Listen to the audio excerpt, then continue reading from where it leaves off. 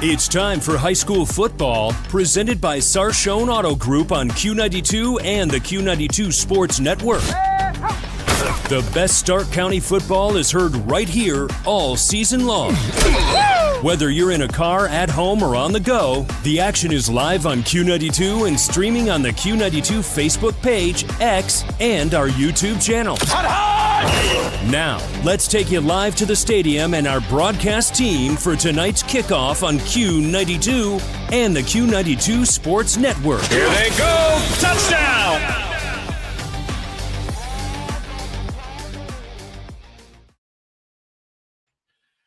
Good evening, everyone. We are on to week 2 of the 2025 Ohio High School football season on the Q92 Sports Network, brought to you by the Sarshone Auto Group. I'm Jay Wilhelm, and I'm live here from Canton South High School inside Breck Bueller Stadium for tonight's matchup between the CVCA Royals and the Canton South Wildcats.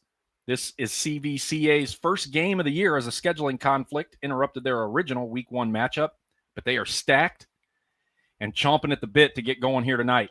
The Wildcats of Canton South come in after a dominating Week 1 victory as they defeated Field by a final score of 42-16.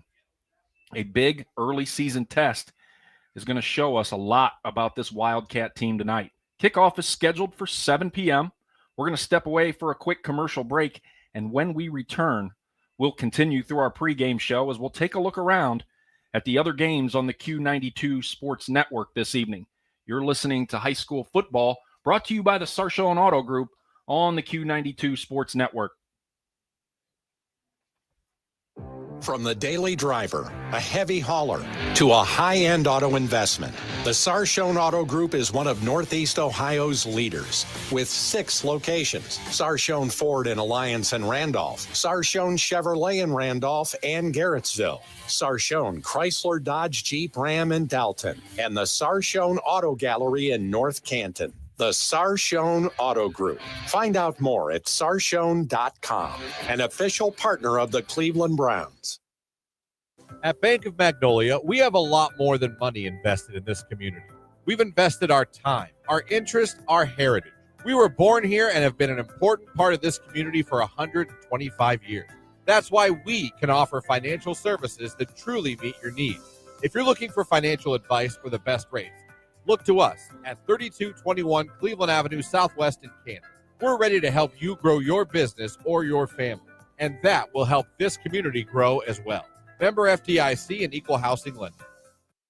Lilyfield Lane Flowers and Gifts, located at 2830 Cleveland Avenue South, is your go-to florist for every occasion: homecoming, prom, weddings, birthdays, anniversaries, and memorials. Stop in and take a look at our unique gifts and beautiful custom floral arrangements. We deliver in the Stark County area. Give us a call today at 330-754-6998 and mention Q92 to receive a 20% discount.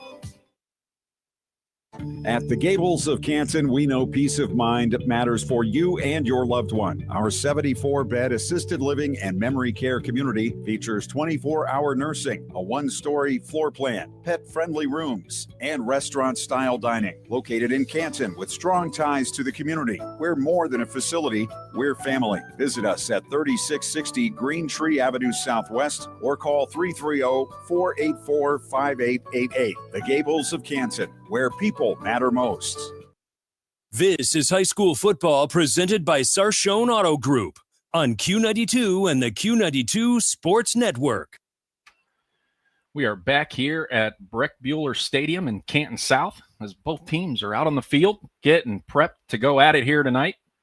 And finally, in the booth with me tonight is my broadcast partner, Mike Voorhees. Mr. Voorhees, welcome, my friend. It's amazing to finally have you alongside me here in the booth moving forward. Jay, I'm excited to be here, brother. Last week, filling in for our boy Matt Corrali. Me and Robert Campbell did the Dover and Glen Oak game. Fantastic, but it's always good to be back with you. I'm excited. The duo is together. Let's jump around the Score 7, these 6 other games that are going on the Q92 Sports Network. Let's kick it off in Beloit with our man, Mike Dixon. Mike, take it away, brother. It's week 2 where the 0-1 New Philadelphia Quakers take on the 0-1 West Branch Warriors. The Quakers enter the 2025 season looking to make history with a chance to record its 700th win.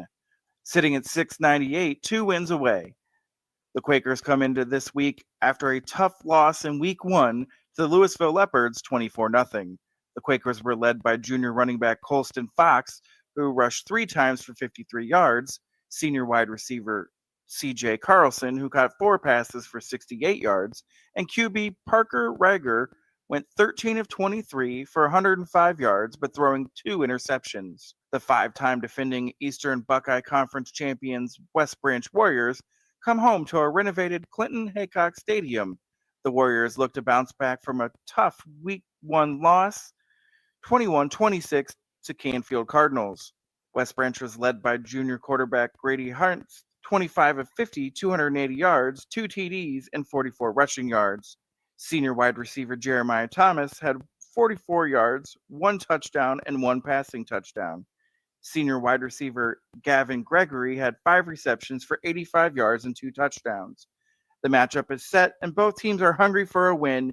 New Philadelphia, West Branch, 7 p.m. kickoff on Q92 Sports Network, presented by Charshone Auto Group. Thanks, Mike. Appreciate it. Looking forward to that good game. Next, we're going to take it out to Boardman, where the man is back. Matt Corrali. Matt, take it away, brother.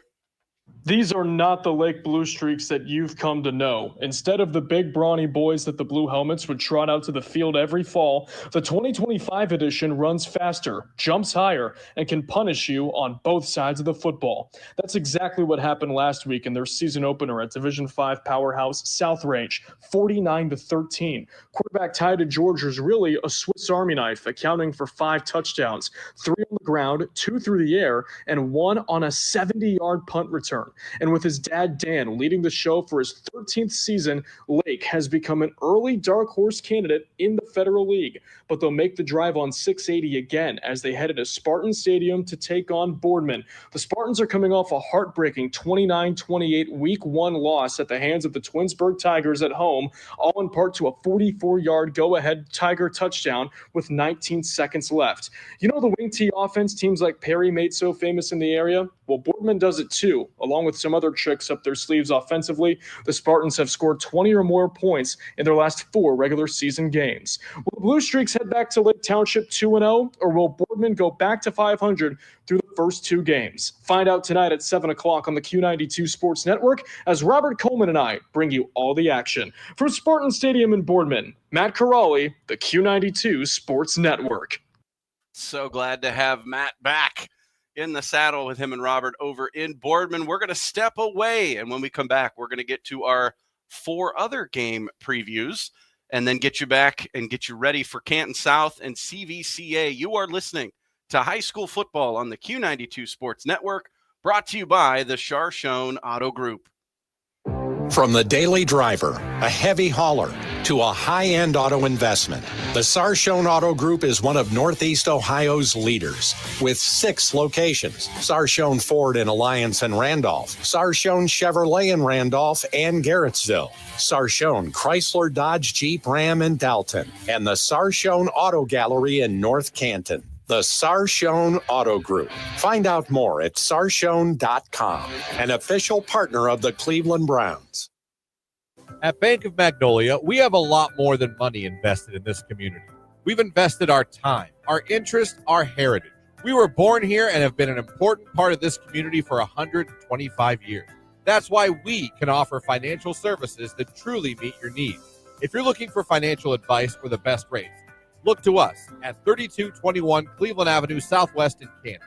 We're ready to help you grow your business or your family, and that will help this community grow as well. Member FDIC and Equal Housing Lender. RG Drag, Stark County's premier career center, offers programs that prepares its students at the high school level for careers and continued education beyond high school. Upon completion, RG Drag students have an immediate opportunity to obtain a well-paying job in many exciting career fields. We offer everything from culinary, dental assisting, engineering, sports turf and landscape, welding, and so much more. Contact RG Drag to find a program and career that's the perfect fit for you. RG Drag, where careers begin. Peace of mind. It's one of the most important benefits that we can offer at Friends and Family Credit Union. Welcome to Family Secure Checking. It offers unrivaled security to protect your everyday finances and purchases, as well as comprehensive identity theft protection and reimbursement coverage, credit file monitoring, benefits for travel, shopping rewards, and cell phone protection that includes repair or replacement for up to 4 phones on your cell phone plan. It's time to bring a friend into the family. This is high school football presented by Sarshone Auto Group on Q92 and the Q92 Sports Network.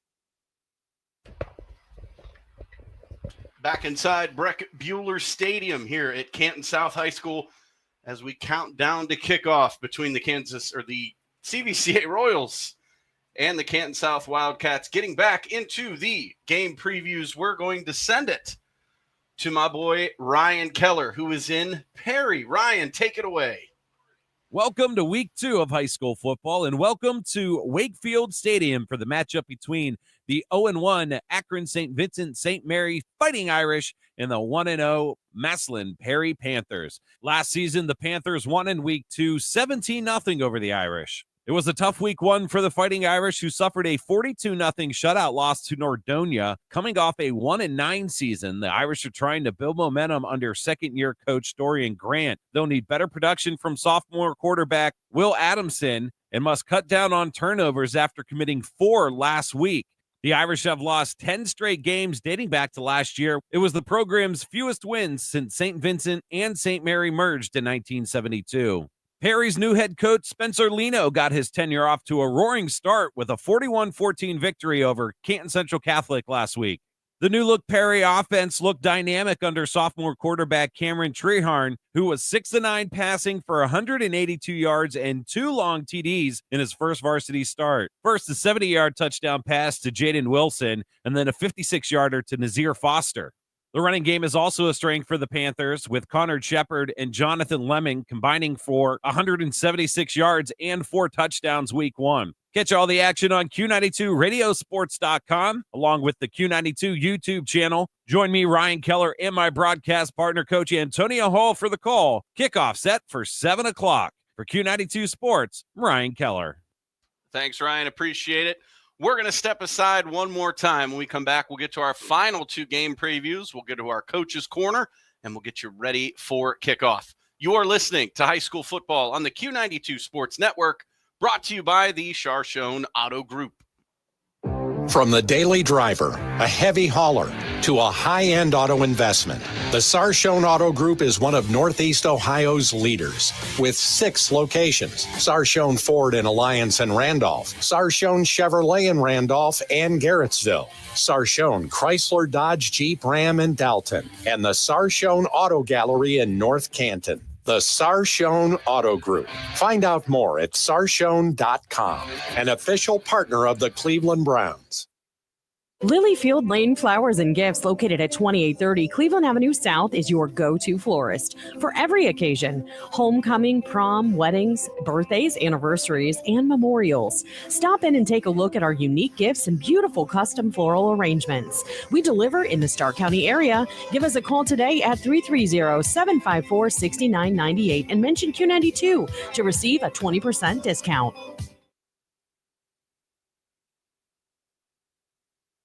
At the Gables of Canton, we know peace of mind matters for you and your loved one. Our 74-bed assisted living and memory care community features 24-hour nursing, a 1-story floor plan, pet-friendly rooms, and restaurant-style dining. Located in Canton with strong ties to the community. We're more than a facility, we're family. Visit us at 3660 Green Tree Avenue Southwest or call 330-484-5888. The Gables of Canton, where people matter most. At Bank of Magnolia, we have a lot more than money invested in this community. We've invested our time, our interest, our heritage. We were born here and have been an important part of this community for 125 years. That's why we can offer financial services that truly meet your needs. If you're looking for financial advice for the best rates, look to us at 3221 Cleveland Avenue Southwest in Canton. We're ready to help you grow your business or your family, and that will help this community grow as well. Member FDIC and equal housing lender. This is high school football presented by Sarshone Auto Group on Q92 and the Q92 Sports Network.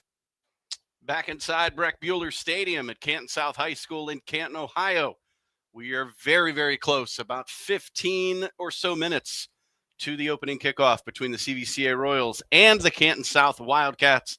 But before we talk about our game, we have two more game previews to get to. Hey, Sam, what's going on in Alliance tonight? Here at the University of Mount Union tonight, Larry Karras Stadium should be a good one. The 1-0 Louisville Leopards will tangle with the 1-0 Alliance Aviators. Alliance took the show on the road last weekend. They knocked off Parma Padua. Meanwhile, the Leopards were at home. They took care of New Philadelphia. The Leopards on top there by a score of 24-0. For Louisville, Chris Kapp is in his third year as head coach. He is now 6-15 with the Leps. Meanwhile, on the Flyers side, Tim Goodman, his fifth year with the Aviators, he is now 22-21. Kickoff coming up tonight at 7 right here on AM 1310 WDPN. Now, a couple of the young men to watch out for. How about Ravon Hawkins, Alliance running back? He is special. He's going to give the Aviators a chance to score almost every time he touches the ball. He's only 5'8", 150 pounds, but he can get it done. Almost 1,000 yards on the ground last year as a junior. Meanwhile, Louisville running back Owen DiMarzio, 637 yards on the ground a year ago at 4.3 a carry. He also scored 5 touchdowns, 890 total yards from scrimmage 1 year ago. It's going to be a good one. The weather's going to be great. Should be a big crowd tonight as well. Join me, Sam Berkwin, and my partner, Caleb Norick, 7 o'clock to kick off. Alliance at Louisville on AM 1310 WDPN. Thanks a lot, Sam. That should be a very good contest over on 1310 WDPN. But now it's time for the Q92 Game of the Week. Hey, Clint, what is happening? The Hoover Vikings host the Medina Bees in a non-conference Week 2 matchup. Medina got off to a fast start with a 21-13 win over Stowe last week. The Bees got 261 yards passing with 3 TDs and 47 yards rushing from junior quarterback River Blomquist. He completed 22 of 38 passes to 6 different receivers without an interception. Kellen Hathaway and Sid Lloyd combined for 11 catches and 153 yards and all 3 touchdowns. Medina runs a 5-receiver offense, so the pass is first. The rushing game picked up only 92 yards on 29 attempts. Senior linebacker Jack Fletcher led the way with 12 tackles, 4 tackles for loss, and 2 sacks. The Bees were 2-9 last season after going 47-15 the previous 5 years. They'll move from the Greater Cleveland Conference to the Suburban League next year. Hoover was even more impressive, opening with a 30-0 win over Akron Buckle. The Vikings limited the Griffins to 69 yards of offense, led by senior linebacker Carter Lukens, who corralled 13 tackles and 3 tackles for loss. Hoover led 16-0 at the half and got 2 quick scores in the third quarter to bring a running clock.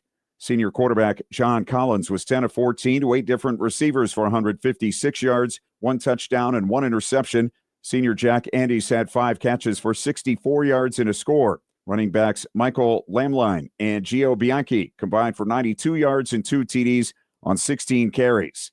A couple of teams looking to go 2-0 meet as North Canton Hoover hosts Medina tonight at Memorial Stadium. I'm Clint Scroggs for Q92 Sports.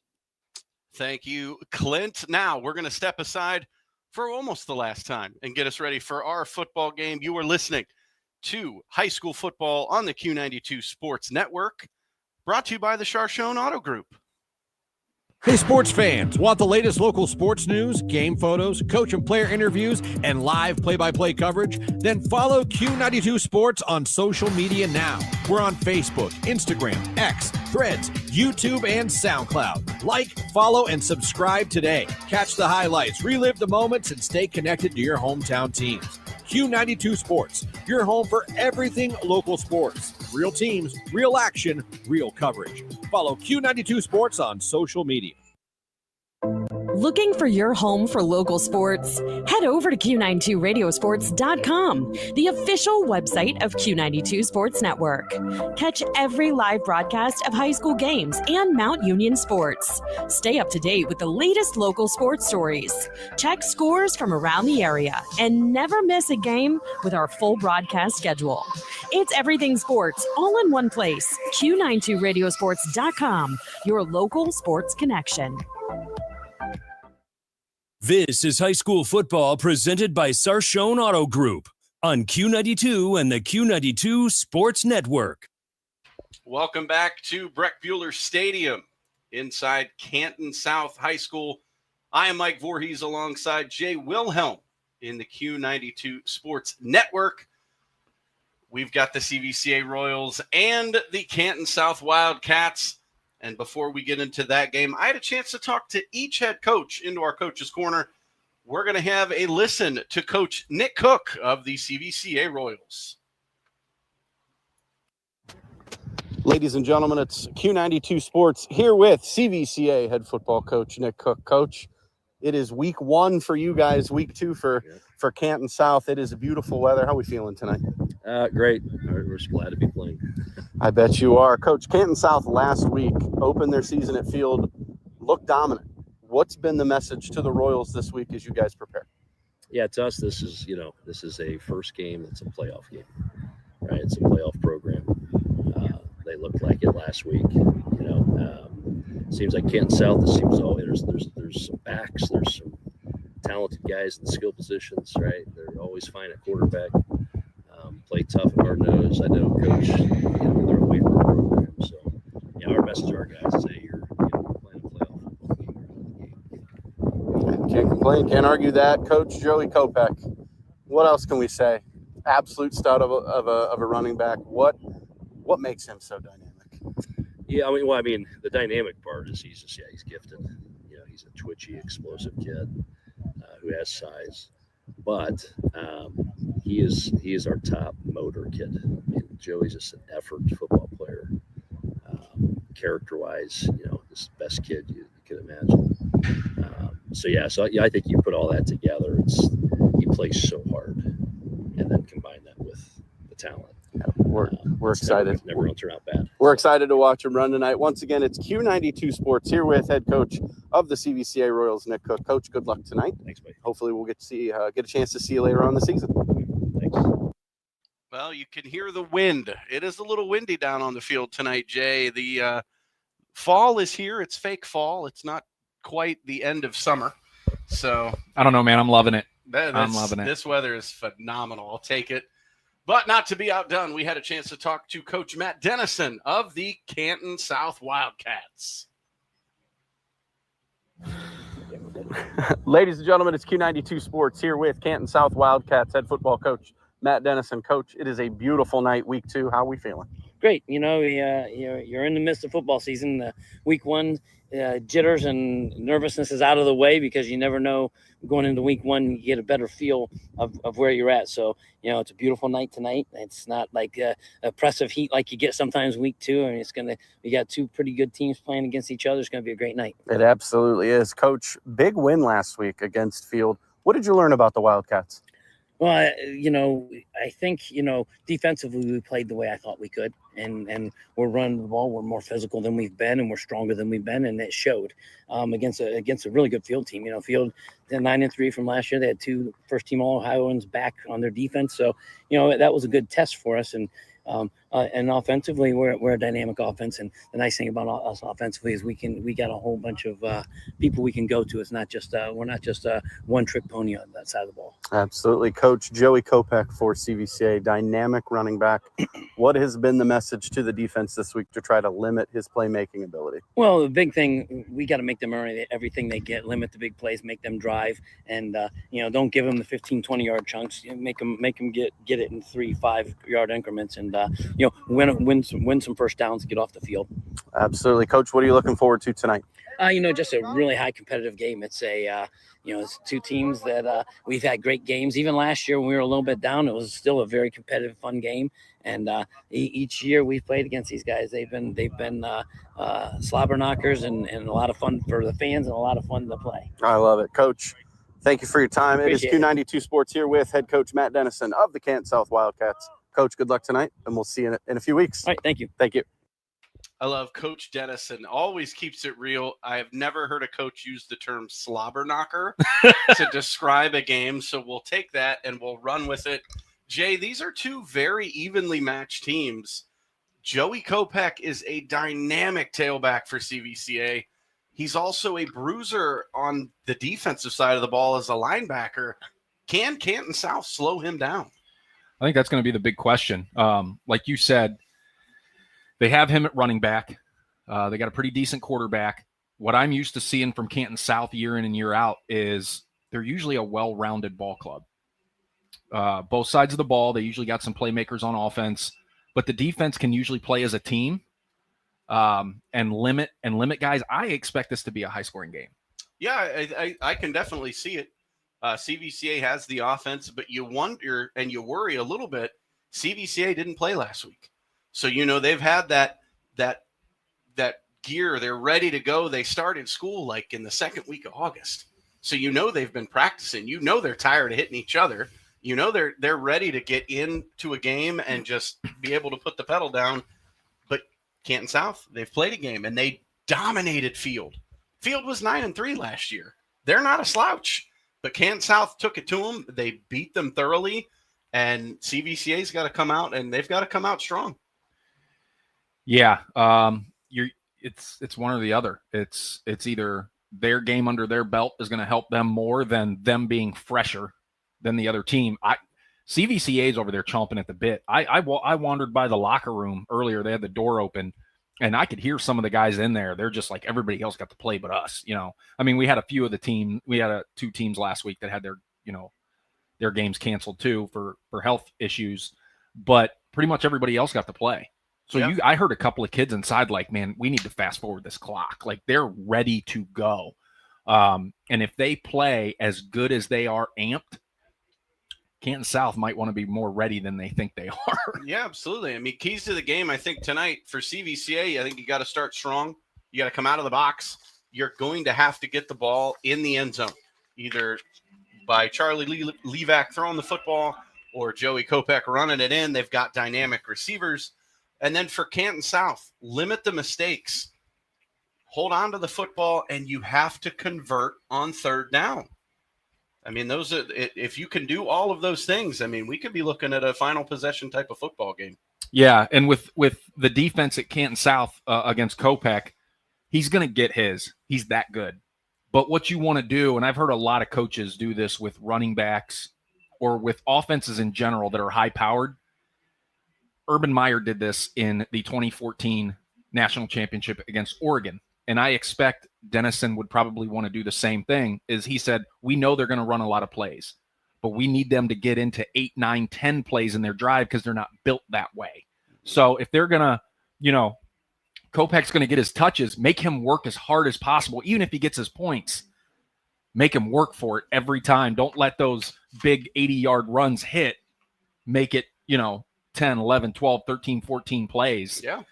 As bad as that sounds, but you don't want them to start running downhill because then you are in trouble. No, you're absolutely right. It looks like both teams are on the field. There's about a minute left, but the refs are like, hey, guess what?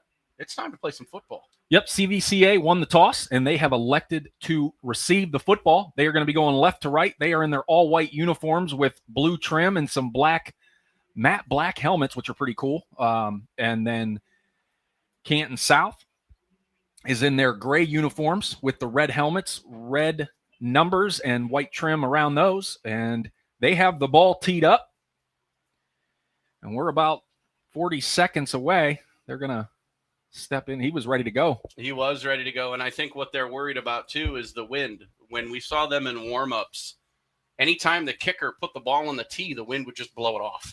So I have a feeling tonight, this wind, it's kind of swirling right now. The temperature's supposed to get into the 40s, like upper 40s, low 50s tonight. Yeah. So you worry about cramping. You worry about the things that you always have to worry about at the beginning of the season. Yep. So they are absolutely going to wait till that 40 seconds, which we're down to about 5. The referee stepped in and said, we can't kick it off yet. Jay, are you ready? I am always ready, my friend. It's great to have you in the booth with me. Most people that have followed me for the last 4 to 5 years know most of the games I've done solo, so it is amazing to have you next to me in the booth, and I'm looking forward to this season. Now we got the ball teed up, and the wind looks like it's calmed down at the moment, but there are gusts as we felt down on the field and as you heard during the coaches' interviews. And the ball is in the air. We are underway here at Breck Bueller Stadium. It's going to be fielded at the 12. Out to the 20, to the 25, out to the 30, up the middle to about the 34-yard line. Good return there to start off for CVCA. And that was Joey Kopech, running back extraordinaire. He loves doing the returning as well. Great kickoff from Canton South's kicker, Landon White, the senior. He just didn't get enough air on it. A little short, but that's okay. Yeah, I think when you're in high school, if you could kick it off inside the 10, which he missed that by about 2 yards, I think you're doing a good job. But now Charlie Levac is out under center, 5'11", 175-pound senior quarterback, and he's got 3 running backs in the backfield, no receivers, and there they go. They're going to go ahead and hand it off to Kopech, and he's going to go out across the 35 to the 37-yard line. Well, this is the way CVCA likes to offensively, they like to throw different looks at you. Let's start with the little wishbone backfield with the 3 tailbacks, no receivers. Canton South knew it was a run. It was just a matter of who was getting the football. Yeah, I think we can all agree 90% of the time we know who's getting it, and they're going to go right back into the under center formation. And this time they're going to hand it off to a different back, who is Zach Anderson, as he gains about, I don't think he gained anything there.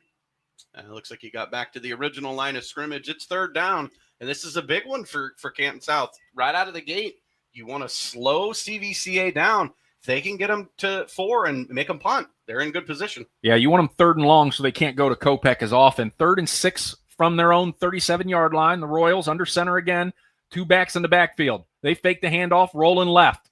Looking downfield, fires it over the middle. He's got his man inside Canton South territory, down to the 38 to the 39-yard line, complete to Dirk Geiger for the first down. That's the tight end. He just went to the middle of the field and just stopped and waved at Charlie Levac. Had enough time. Levac, great job getting out of the pocket, using his feet, and then the dart right between the numbers. What a catch. Great first down. He did a great job of keeping his eyes downfield while he was scrambling as well. And we're going to go back under center with that wishbone, all 3 running backs behind him, 1st and 10 from the Canton South 38. And they're going to hand it off again, straight up the middle. This time it is Nick Schober on the carry, 6'1", 175-pound senior running back. You got to love it that CVCA can just pretty much turn and hand it to different people. Obviously, you want Kopech to get it 15, 20, 30 times a game, but it's a long season. This is game 1 for them. You kind of want to ease in to that kind of a workload. 100%. You want the Wildcats to be on their toes and not just expect Kopech to carry it every single time. 2nd and 6 from the Canton South 34-yard line. 9:45 to go here in the first quarter. No score. Back to that 3 running back set. And Levac back under center. And we got a whistle, and it's going to be a timeout for CVCA, so we will step away real quick. You're listening to High School Football on the Q92 Sports Network, brought to you by the Sarshone Auto Group. RG Drag, Stark County's premier career center, offers programs that prepares its students at the high school level for careers and continued education beyond high school. Upon completion, RG Drag students have an immediate opportunity to obtain a well-paying job in many exciting career fields. We offer everything from culinary, dental assisting, engineering, sports turf and landscape, welding, and so much more. Contact RG Drag to find a program and career that's the perfect fit for you. RG Drag, where careers begin. This is High School Football presented by Sarshone Auto Group on Q92 and the Q92 Sports Network. Back here out of the timeout, which was brought to you by the Friends and Family Credit Union. It's time to bring a friend into the family, and they're going to, CVCA snaps the ball, and another handoff. Ball is out. Looks like CVCA fell on the football. The carry was by number 24, Tommy Kopech. Look at that. The brothers are little brother working together. The senior, 6'1", 205-pound running back, had it stripped. Thankfully, number 87 for CVCA, that's Carter Walkley, fell on it, and CVCA retains possession at the 27. And back to 2 running backs. We got 1 receiver high to the left side, hands it off straight up the right side, out down to about the 20-yard line. I believe that was Reed Jones on the carry. It was. So they're running back by committee right now, as I think that's the 4th or 5th player that's carried the ball for the Royals. It has, and we haven't even seen Levac leave the pocket. He hasn't had to, other than the rollout when he found the tight end down in the middle of the field. We know he can run it as well. So CVCA is kind of pick your poison right now. Who do you want? Yeah, but Canton South's doing what I said is they're making CVCA work for this drive, as they're getting little chunks of yardage here and there, and back under center goes Levac. 2 running backs. This time he's going to hand it off to Kopech up the left side, cuts it back up the middle, and he's going to be brought down inside the 15-yard line. And they are now inside the RG Drag red zone. Learn, earn, and succeed. RG Drag. Yeah, you got to love it. I mean, CVCA has been methodical since they've got the ball to start the game, just taking their time, like a little choo-choo train, a little engine that could, right? They're just taking their time, getting down the field, and now it's kind of, what do you want? Do you want to throw it? They haven't really thrown it much. It's mostly been the run, so we'll see what the coach has in store here. You got to think that those DBs are going to start creeping up. Under center, Levac with the pitch, going to the left side, cuts back, and he's going to be swarmed under at about the 11-yard line, as that was Wesley Keller on the carry. Keeler. Wesley Keeler. So it has been like they're just in the Rolodex. They're like, okay, well, we're going to go with you. We're going to go with you. We're going to go with this guy. Like Kopech's, I think, had the most carries, but It's been different guys. I mean, it's nice when you have this kind of depth at running back. 2nd and 7 on the 11-yard line. 7:15 to go here in the first quarter. No score.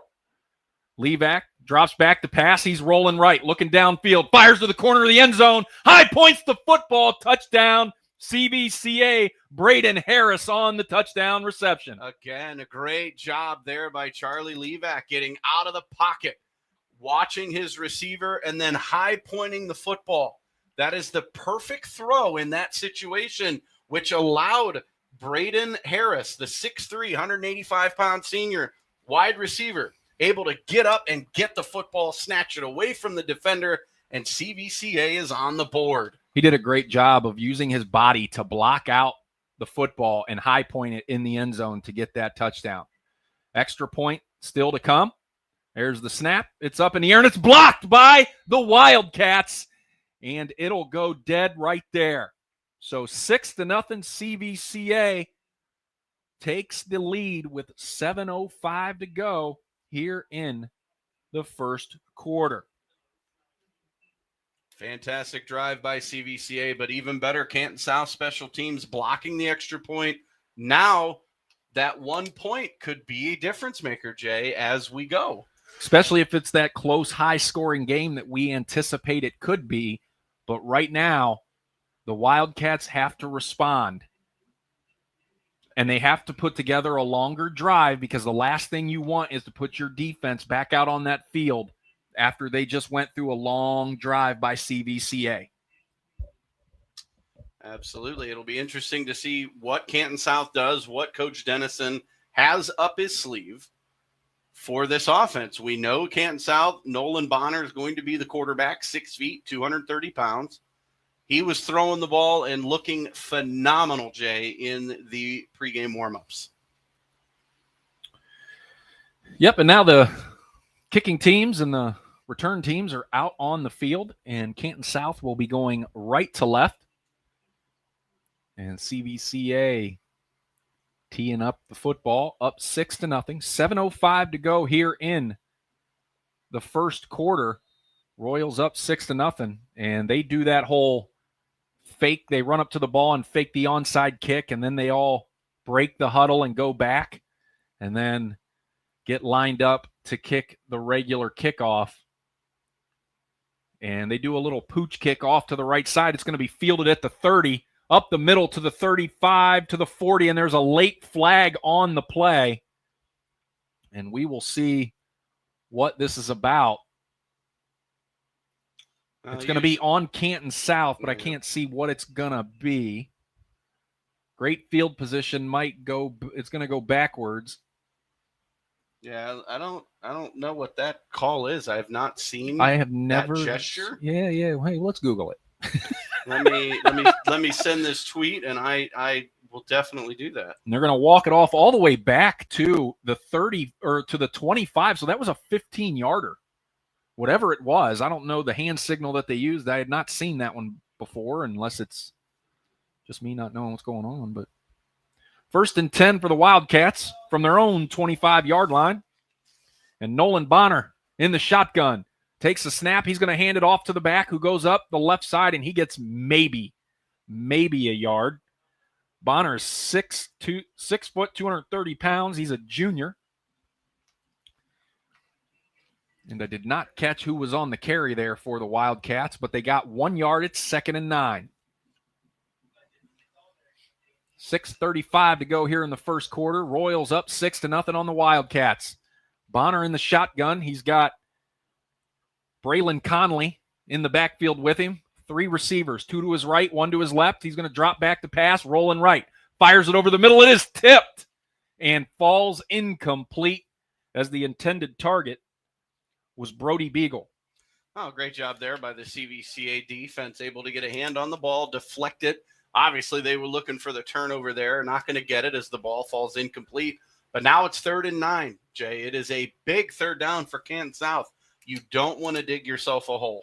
No, they returned that kickoff out to the 40. The 15-yard penalty brought them back to the 25. They've gained 1 yard since.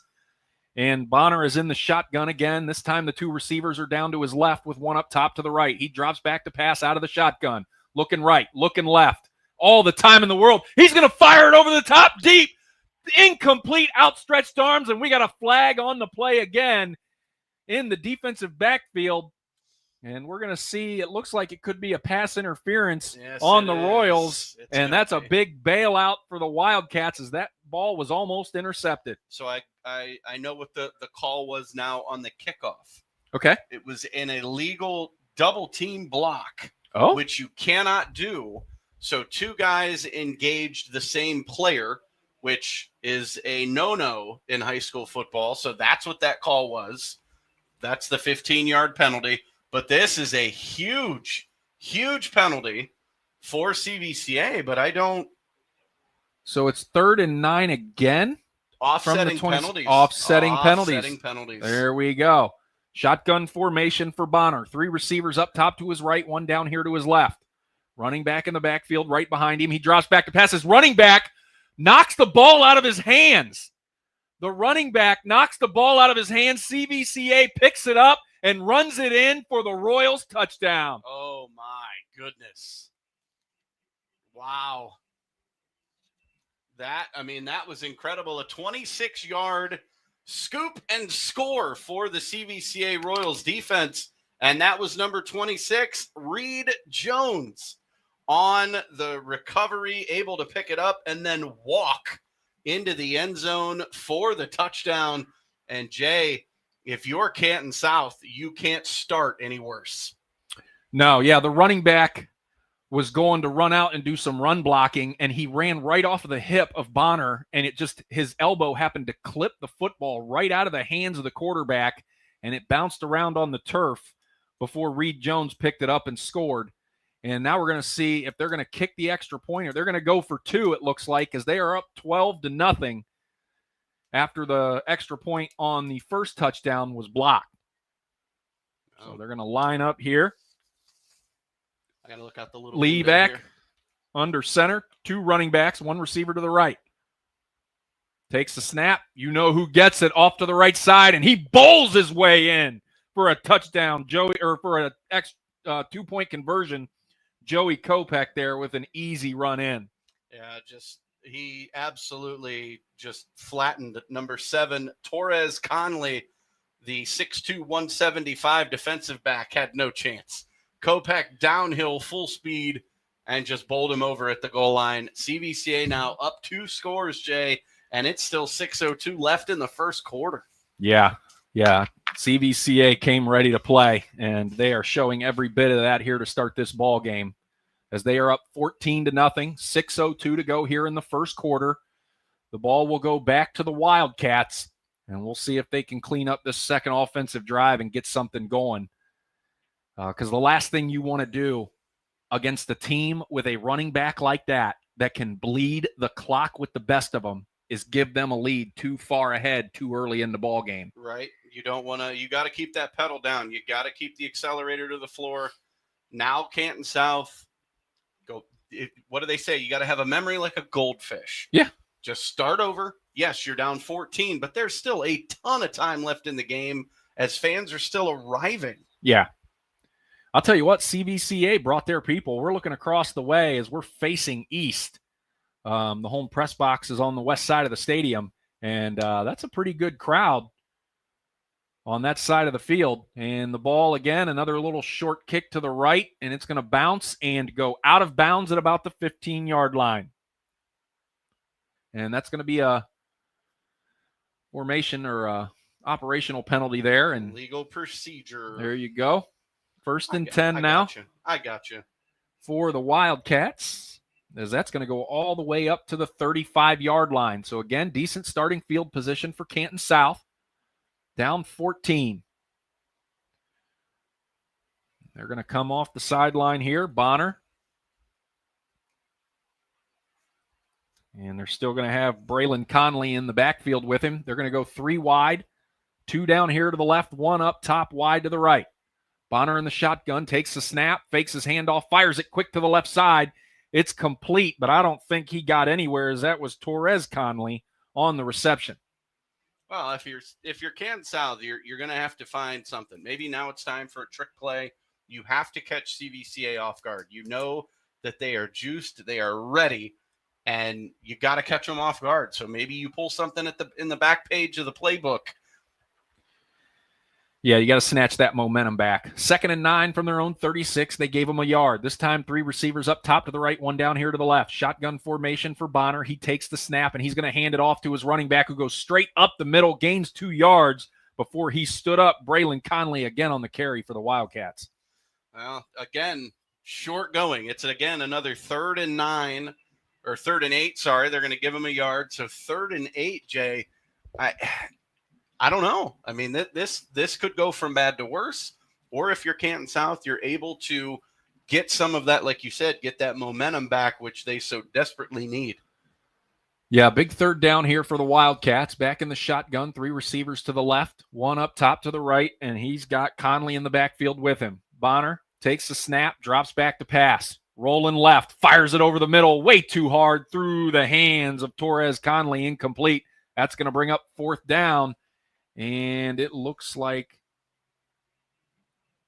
here goes the punting unit, as I think Coach Dennison thought about it for a quick second and then decided to send out the punting unit. Well, it was Nolan Bonner pleading with Coach, hey, give us one more. I need one more. Give me one more. And Coach Dennison's like, you know what? There's still a lot of football left to be played. We're going to trust our defense, and we're going to punt it away. He's got a cannon on him. This punter has an absolute bomb of a leg. There's the snap. He drops the snap. He picks it up, and then he kicks it straight up in the air. And it's a jinx, right? Yeah, that may have went 10 yards. From the original spot, so the ball was on the 37. 3. That is a 3-yard punt. That's a 3-yard punt. He dropped the punt. The snap was clean. Yeah, he rushed it because CVCA was rushing no one. He muffed the punt. And instead of just taking your time and gathering yourself and then booting it, it almost as if he rushed the punt and he tipped it.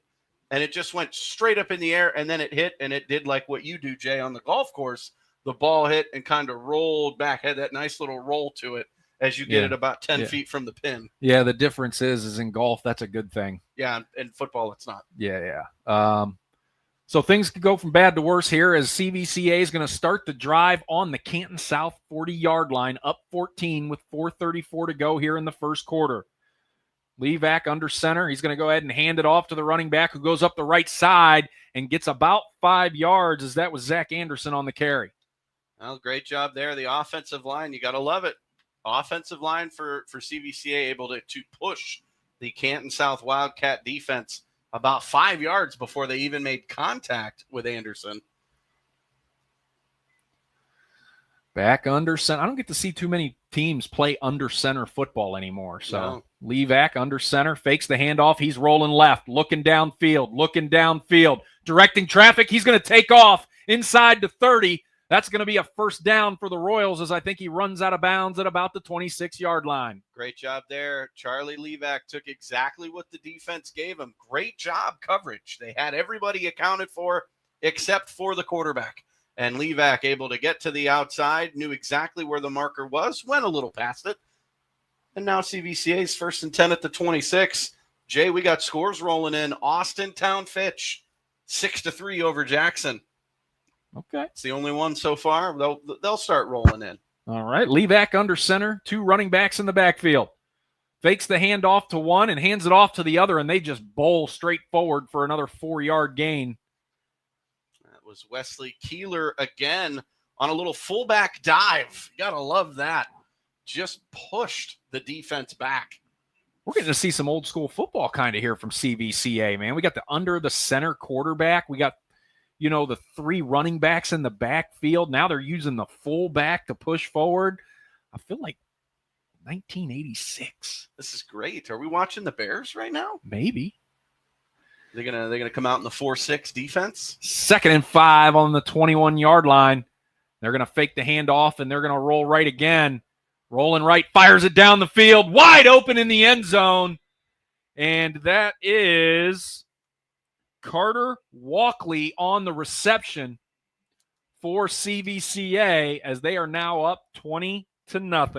Yeah, it was a great job. 21-yard pass from Levac to Walkley for the touchdown, and CVCA has it rolling, Jay, early. 3:08 still left in the first quarter. Let's see if the kicker can get this one elevated a bit and not get blocked.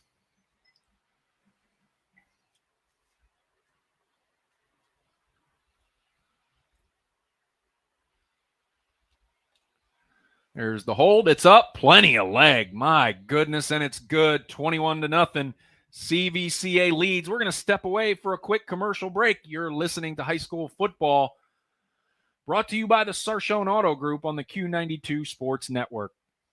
At the Gables of Canton, we know peace of mind matters for you and your loved one. Our 74-bed assisted living and memory care community features 24-hour nursing, a 1-story floor plan, pet-friendly rooms, and restaurant-style dining. Located in Canton with strong ties to the community. We're more than a facility, we're family. Visit us at 3660 Green Tree Avenue Southwest or call 330-484-5888. The Gables of Canton, where people matter most. This is high school football on AM 1310 WDPN and streaming live on Facebook, X, and YouTube. Back here at Canton South High School as the Wildcats trail the CVCA Royals 21-0 with 3:08 to go here in the first quarter after that 21-yard touchdown strike to Carter Wakely. And here we go, getting ready to tee it up for the kickoff. Carter Walkley, sorry. Yeah, sorry, guys. We'll get it. Guys. We make some boo-boos here and there.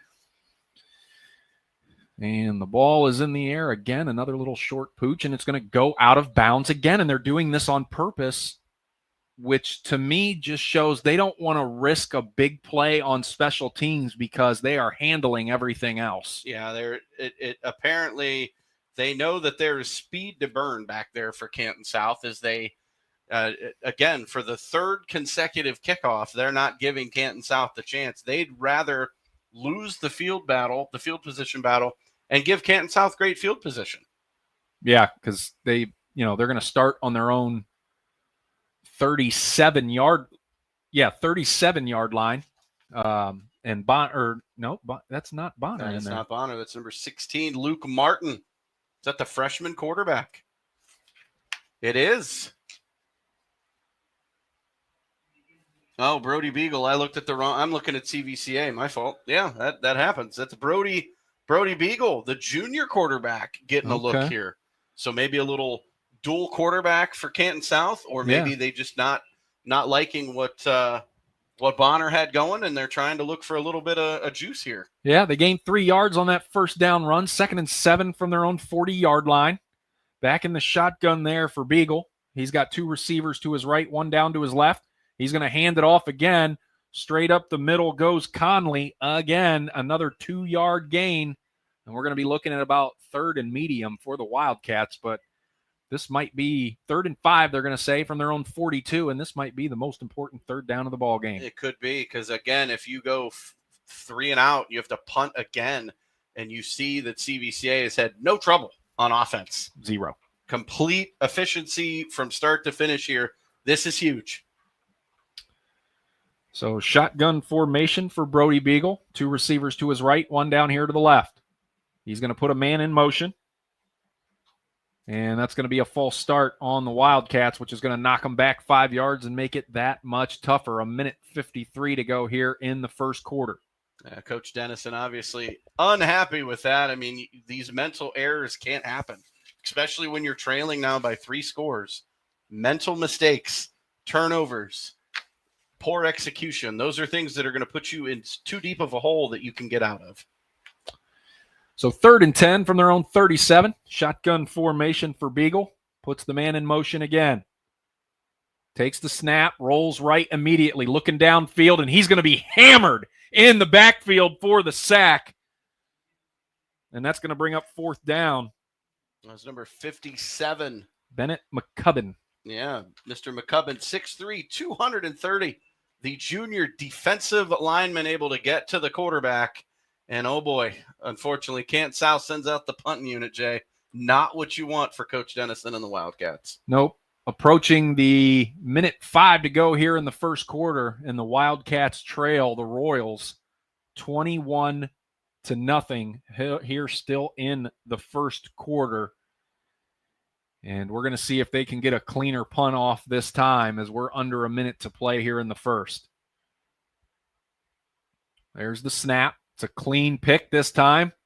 A little bit better of a punt as it lands still inside Canton South territory and then rolls just out of bounds on the Royal side of the 50 at the 49-yard line, but still amazing starting field position again for CVCA. Yeah, just not what you want for Canton South. Obviously, different punter, a little bit better execution, but still, you're at midfield if you're CVCA with 39 seconds to go.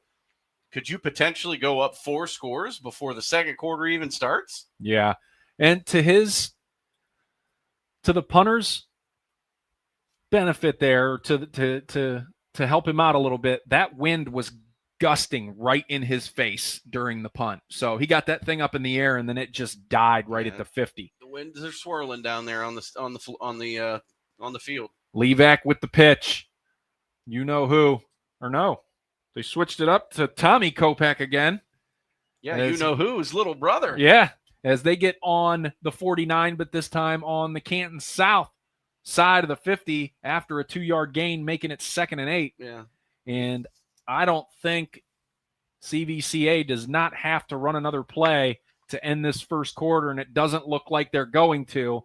So that's going to end the first quarter here at Breck Buehler Stadium, with CVCA leading the Canton South Wildcats 21-0. We're going to step away. This is high school football on Q92 Sports Network, brought to you by the Sarshone Auto Group.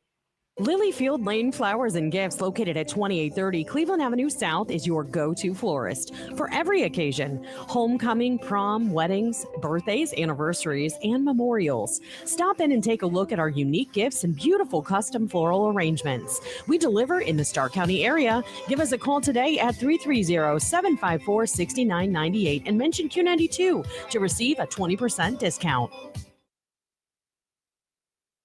At Bank of Magnolia, we have a lot more than money invested in this community. We've invested our time, our interest, our heritage. We were born here and have been an important part of this community for 125 years. That's why we can offer financial services that truly meet your needs. If you're looking for financial advice or the best rates, look to us at 3221 Cleveland Avenue Southwest in Canton. We're ready to help you grow your business or your family, and that will help this community grow as well. Member FDIC and Equal Housing Lender. This is high school football presented by Sarshone Auto Group on Q92 and the Q92 Sports Network.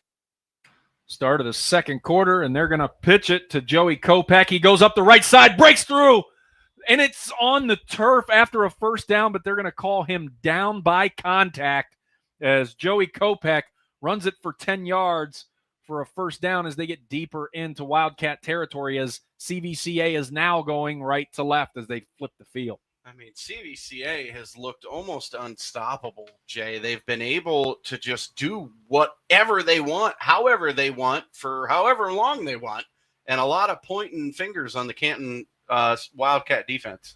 Levac pitches it again to Joey Kopak, breaks it out to the right side up the sidelines before he is submarined under. After that, looks like another 5 to 6 yard gain by Kopak as they are down to the Wildcat 34-yard line. It's going to be 2nd and 6 for CVCA. 11-14 to go here in the first half. 21-0 Royals, and they are marching again. Well, let's see it. I mean, Canton South, a turnover could change things. You've got to do something to stay in this game. You do not want to go down 4 scores. Levac takes the snap again, pitches the football, this time to the left side. He's going to break it out to the left side all the way to the sideline, cuts it back in at the numbers, and he's fighting forward through every Wildcat that touches him down to the 20-yard line, and that's going to be another CVCA first down. They are inside the RG Drage red zone. Earn, learn, and succeed with RG Drage. You got to love it. I mean, CVCA, it doesn't matter which tailback. They're just at will running it down Canton South's throat. No, was that Wesley Keeler? It was Keeler again, yeah. Lake over Boardman, 14-0. Getting some scores as I'm trying to catch up here on our text thread. Levac hands it off again, straight up the middle inside the 15-yard line. That was Tommy Kopak again. Another good first down run for CVCA. Back into the scoreboard. New Philly and West Branch tied at 0 at the end of 1. Fitch over Jackson, 13-3. Louisville over Alliance, 7-0. And Hoover over Medina, 14-0. I'll tell you what, I covered that Hoover team last week. They look good. That defense likes to knock your teeth out. Yeah, they are tough. 2nd and 3 here at Breck Bueller Stadium. 13-yard line, CVCA on the march. Kopak up the middle, maybe gets a yard or two before it took all the Wildcats to bring him down. I'd love to know a number here. I'm looking at the stadium, so I'm seeing Canton South, pretty decent crowd. You look over at CVCA on the visitor side, they traveled, man. They brought some people. They're here, and they're loud, and they're cheering on this Royal team, which, again, didn't play last week. Open schedule, according to Coach Cook, although they tried to schedule a late game after a team had an opening because of illness. But unfortunately, I don't think anybody wants to play CVCA right now. No. Levac hands it off up the right side, cuts it back, gets down to about the 6-yard line, and that's going to bring up 2nd and goal. Again, that was Reed Jones, who scored on the defensive end. Why not let him score on the offensive end? Why not, right? Why not? What are they doing wrong? Nothing. Not a thing. They are doing extremely well. So 2nd and goal from the 6. 8:40 to go here in the first half. CVCA leads Canton South 21-0. Levac under center. He's got those 3 backs in the backfield. No receivers. There goes the handoff straight up the middle. Gets maybe a yard or two. They get inside the 5, and he's gang tackled at the 4. That was Nick Schober, 6'1", 175-pound senior running back. So everybody getting a touch here for CVCA. They're inching closer and closer, Jay. I'm convinced at this point that even the wide receivers are running backs. They do have a few wide receivers listed. Under 8 to go, 3rd and goal from the 4-yard line for CVCA. They're one of the few that does a full-blown huddle, too. Yeah. They really are old school football. You got to love it. That's what we need sometimes. They do have a receiver out to the right this time, but they're going to pitch it to Kopech. He's going to churn those legs at the 3, but enough Wildcats stood him up, and that's going to bring up 4th and goal from the 3-yard line. No, they're going for it. Don't keep the kicker on the sideline. They want to punch this one in. There is no reason not to, because even if they don't get it, they're putting a struggling Canton South offense on the field with their back in their own end zone, essentially. So it's a win-win either way. Here we go. Under center, Levac fakes the handoff, rolls right, sees Kopech, and he reaches for the pylon at the last second. No signal yet, and they're going to call him down at the 1-yard line. I'll tell you what, Joey Kopech did a great job of reaching out. He did everything he possibly could. He was trying to stretch the ball over the pylon. So now they're on the 1-yard line if you're Canton South. So it's almost as like the greatest punt ever. Yeah. 99 yards Canton South has to go. And if you're CVCA, you're thinking safety right now. Yeah, and if I'm Canton South, I'm putting Bonner back in because he is a big human being under center, and I'm just doing that tush push to get a little bit of He heard you. room. Both quarterbacks are in the lineup currently. Okay. Brody Beagle and Nolan Bonner, both in the lineup right now. Bonner is significantly bigger, and he's got an arm that is a cannon. In the warm-ups, he was thrown. Like, we've got a timeout, Jay. This timeout is brought to you by Friends and Family Credit Union. It's time to bring a friend into the family. We'll be back after this. You're listening to High School Football on the Q92 Sports Network by the Sarshone Auto Group. From the daily driver, a heavy hauler, to a high-end auto investment, the Sarshone Auto Group is one of Northeast Ohio's leaders. With 6 locations: Sarshone Ford in Alliance and Randolph, Sarshone Chevrolet in Randolph and Garrettsville, Sarshone Chrysler Dodge Jeep Ram in Dalton, and the Sarshone Auto Gallery in North Canton. The Sarshone Auto Group. Find out more at sarshone.com, an official partner of the Cleveland Browns. This is high school football presented by Sarshone Auto Group on Q92 and the Q92 Sports Network. Here we go, back out of that timeout. Canton South back out on offense. Bonner in the shotgun formation, and they are on the 1-yard line, and they're faking the timeout call, and they're going to launch it with Beagle to the right of the sideline out to the 30, incomplete. So they tried a little trickeration. Yeah, you love it. They go to the back of the playbook. They're like, what can we do? Bonner looked like, everybody's lost. Nobody knows where they're supposed to be. And it's a Wildcat snap to Brody Beagle. And a great throw, just overshot his man.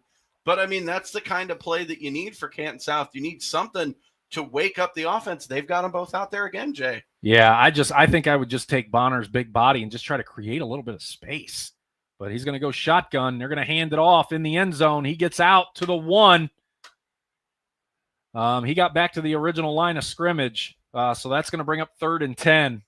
His forward progress was immediately stopped. Yes. I agree with you. I think with Nolan Bonner size, 6 foot, 230 pounds, why not on first down? Do the little tush push. I know people can't stand the play. I can't stand the play, but it works. It's effective, and you need to give your quarterback some breathing room. Now it's 3rd and 10. You haven't moved.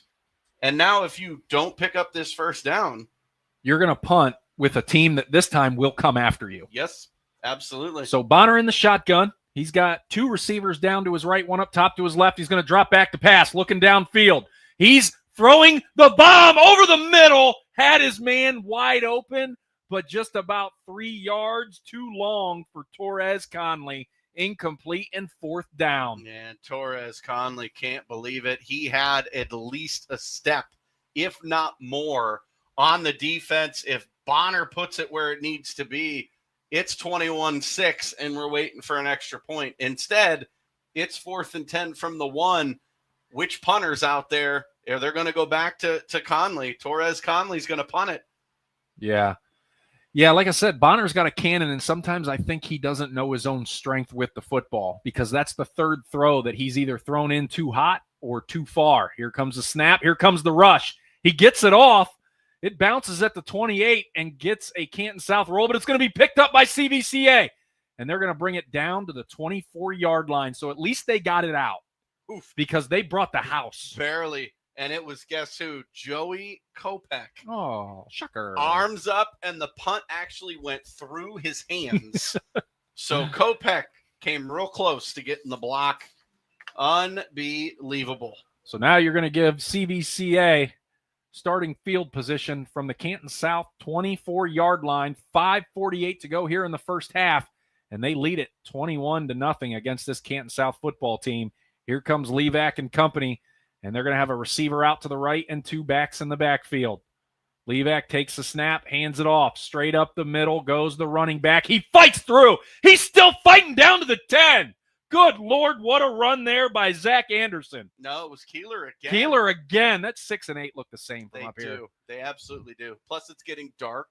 We're old. The numbers kind of blend. I get it. Hey, no excuses. Play like a champion. You do, absolutely. But Keeler, what a great job. Great run. Offensive line is getting such a huge push. CVCA, what can't you do right now? So that's a 1st and 10 from the 10. I'll tell you what, Keeler does a great job of keeping those legs churning, even if there's 80 people on him. Levac under center. Hands it off again, straight up the middle inside the 5, and that was Tommy Kopech on the carry. Tommy Kopech, 6'1", 205 pounds. So his brother is 6'2", 210. So they're pretty much the same height. One's a sophomore, one's a senior. Doesn't we matter. We might get another growth spurt out of Tommy. Maybe. Right under center again. They're going to hand it off to Tommy again, straight up the middle at the goal line, waiting for the signal. They're going to run in and look. No, they're going to call him just short, and now we're going to get, what is that going to be, 3rd and 1 from the 1, 3rd and goal from the 1-yard line. They're not even going to go to the huddle. Nope. Right back under center. Levac takes the snap, hands it off to Tommy Kopech up the middle again. I don't know that he got there. No, he didn't. Great stop there by the Wildcats, but they're going to have to do it one more time because now it's 4th and goal from the inch line, and we got a Canton South player down at about the 5. Helmet's off, and he looks to be in pain. You wonder, could it be a cramp? He's sitting up, which is good news. Could be a cramp then. That should be – that could be a sign as the training staff runs out. Yeah, we'll step away for a quick commercial break. This is high school football brought to you by the Sarshone Auto Group on the Q92 Sports Network. High school football exemplifies the true meaning of teamwork. At Friends and Family Credit Union, our team of local friendly professionals offer the same true spirit for our members with a wide array of products from vehicle loans to personal loans, family secure checking with ID Protect, mortgage, home equity line of credit, and more. For over 60 years, we have the game plan for your financial well-being. Visit any of our 3 convenient locations, online or mobile banking. Now, more than ever, it's time to bring a friend into the family. This is high school football presented by Sarshone Auto Group on Q92 and the Q92 Sports Network.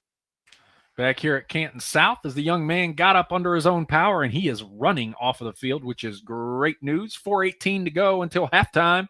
CVCA leads Canton South 21-0, and they have a 4th and goal from the 1-yard line. And if we didn't mention it before, we'll mention it again. They are now inside the RG Drag red zone. Learn, earn, and succeed. So, Jay, the injured player for Canton South was number 56, D'Angelo Spear, 6 foot, 265-pound senior lineman. Good to see him get off under his own power. Levac under center. And he's going to run it in himself. Dives across the line. Touchdown, CVCA. Wow. CVCA has looked unbelievable on offense. Charlie Levac and company. Obviously, it is a team sport, but my goodness, it doesn't matter who hands the ball off, who's running it. The offensive line doing a phenomenal job, Jay. And now we're looking close at a 4-score lead for CVCA, and we haven't even hit halftime. Now, 4:03 to go until that halftime. Extra point here to come for the Royals. There's the snap.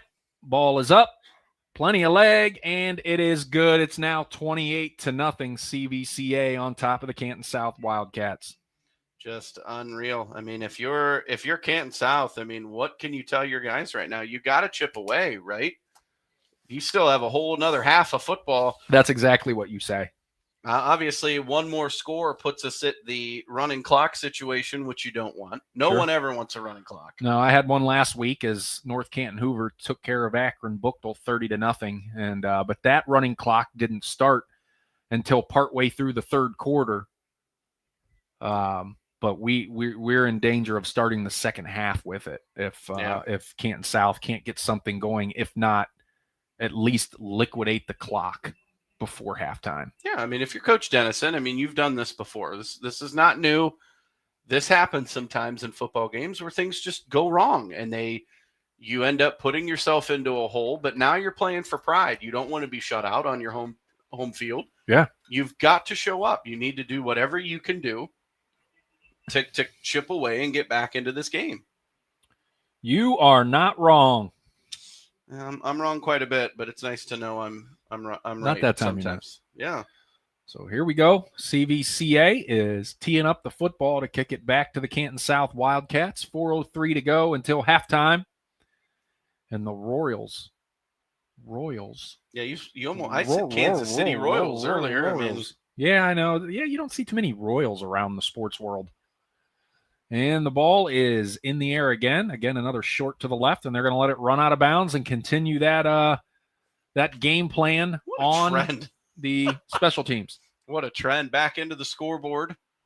How about Hoover? 28, Medina 7, Fitch 20, Jackson 3. Wow. Louisville 14, Alliance 7.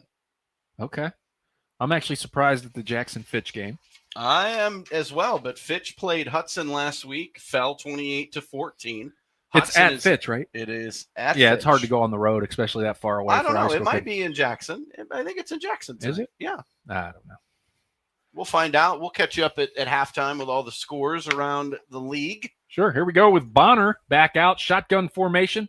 3 receivers to his left, 1 down to his right, but he's going to hand it off to his lone back, Conley. Up the middle, it looks like he was going to break free, but he just got stood up after a 2-yard gain. You got to explain something to me, Jay. You're down 28. I know that the run helps loosen up the pass, but you're trailing by 28. Why wouldn't you come out and just become throw heavy and try to get something going? You know, I don't know. I don't have it's a that head answer, scratcher. especially when you have 4, when you're doing 3 to 4 wide. Right. And this time they're going to throw it, and it's complete. And he's going to get across that first down marker out to the 47-yard line. Good pitch and catch there by Bonner. And that was Torres Conley on the reception. Was it 1 or 7? Because I think it was 1. 7. Okay. Yeah. It was 7. Again, 1 looks like 7 from here. Yeah, it was 7. Oh, Brody Beagle back into the lineup. So maybe another trick play, or we'll see. He's going out to be a receiver. We have 4 wide, 3 to the right, 1 up top to the left, the running back in the backfield with Bonner in the shotgun. Takes the snap, drops the snap, picks it up, looking downfield, and he's going to be sacked. That might be a intentional grounding. He was out of the pocket, but I don't think he got the ball back to the line of scrimmage. It was almost picked off, so that's going to be incomplete, 2nd and 10. Yeah, Bonner held it way too long. He needed to make that decision. I think CVCA is wondering where the grounding call is. It's not coming. They're going to say that the ball made it back to the line of scrimmage, which I can't fathom. But anyway, Bonner held the ball way too long. He needed to get rid of it sooner. He had CVCA multiple players down his throat. Yeah. Needed to get rid of it quicker. Absolutely. So back in the shotgun goes Bonner.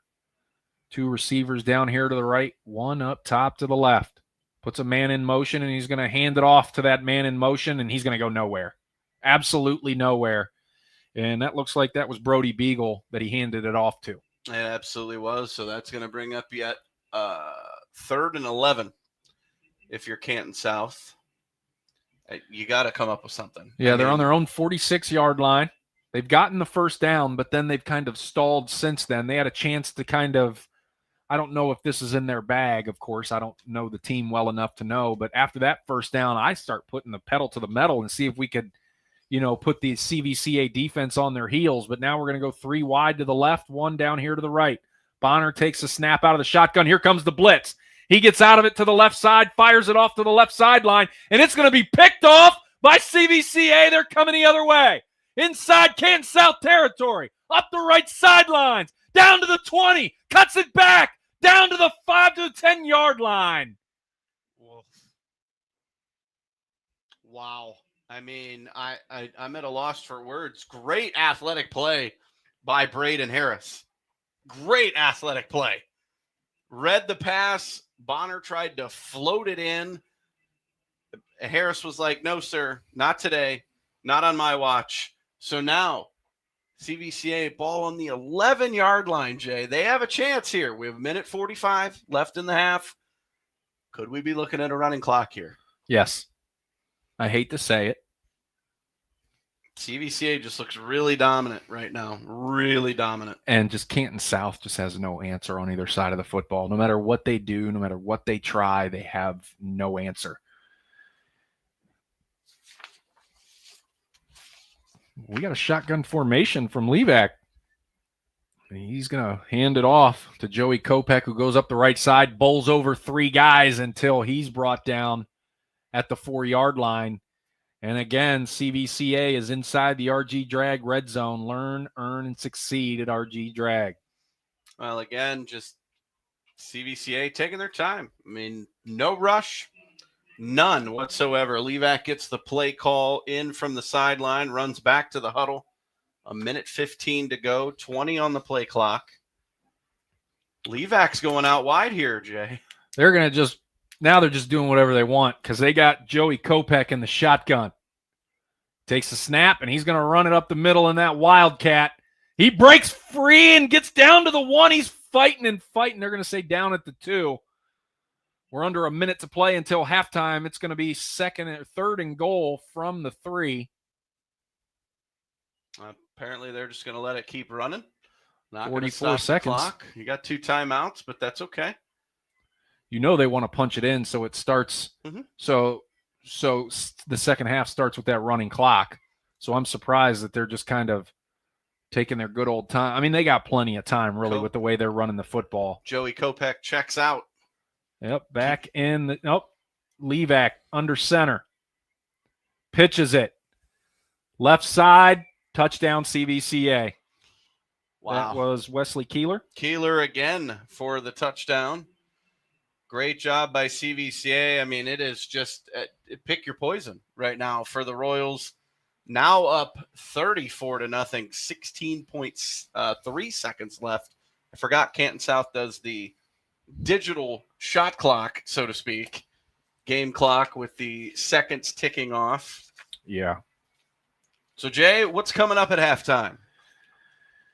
Halftime, we got some commercials. We'll run some of those. You know what I'm saying? We got a news and weather break with Jeff Mears. The extra point is up, and it is good. That makes it 35-0 CVCA over Canton South. We will look around Stark County and beyond at all the scores going on, especially on the Q92 Radio Sports Network, and then we will have our thoughts on the first half. We'll look forward to the second half and might even have a couple of highlights for you. See, that's all you can ask for. We got you covered here on the Q92 Sports Network. High school football brought to you by the Charshone Auto Group. Jay Wilhelm, Mike Voorhees from Breck Bueller Stadium or Breck Bueller Field. Did they used to call it Clyde Breck Bueller Stadium? I believe they did. And then they cut it a little short? I believe so. I like it better at Breck Bueller. Yeah, I think it rolls off the tongue. Let's see if you're CVCA. Do you stick with the kicking the ball out of bounds, or? Yeah, I would. I mean, why would you change anything right now? It's 16.3 seconds to go here in the first half, and you're leading 35-0 in your first game of the year on the road. I'm not changing a thing.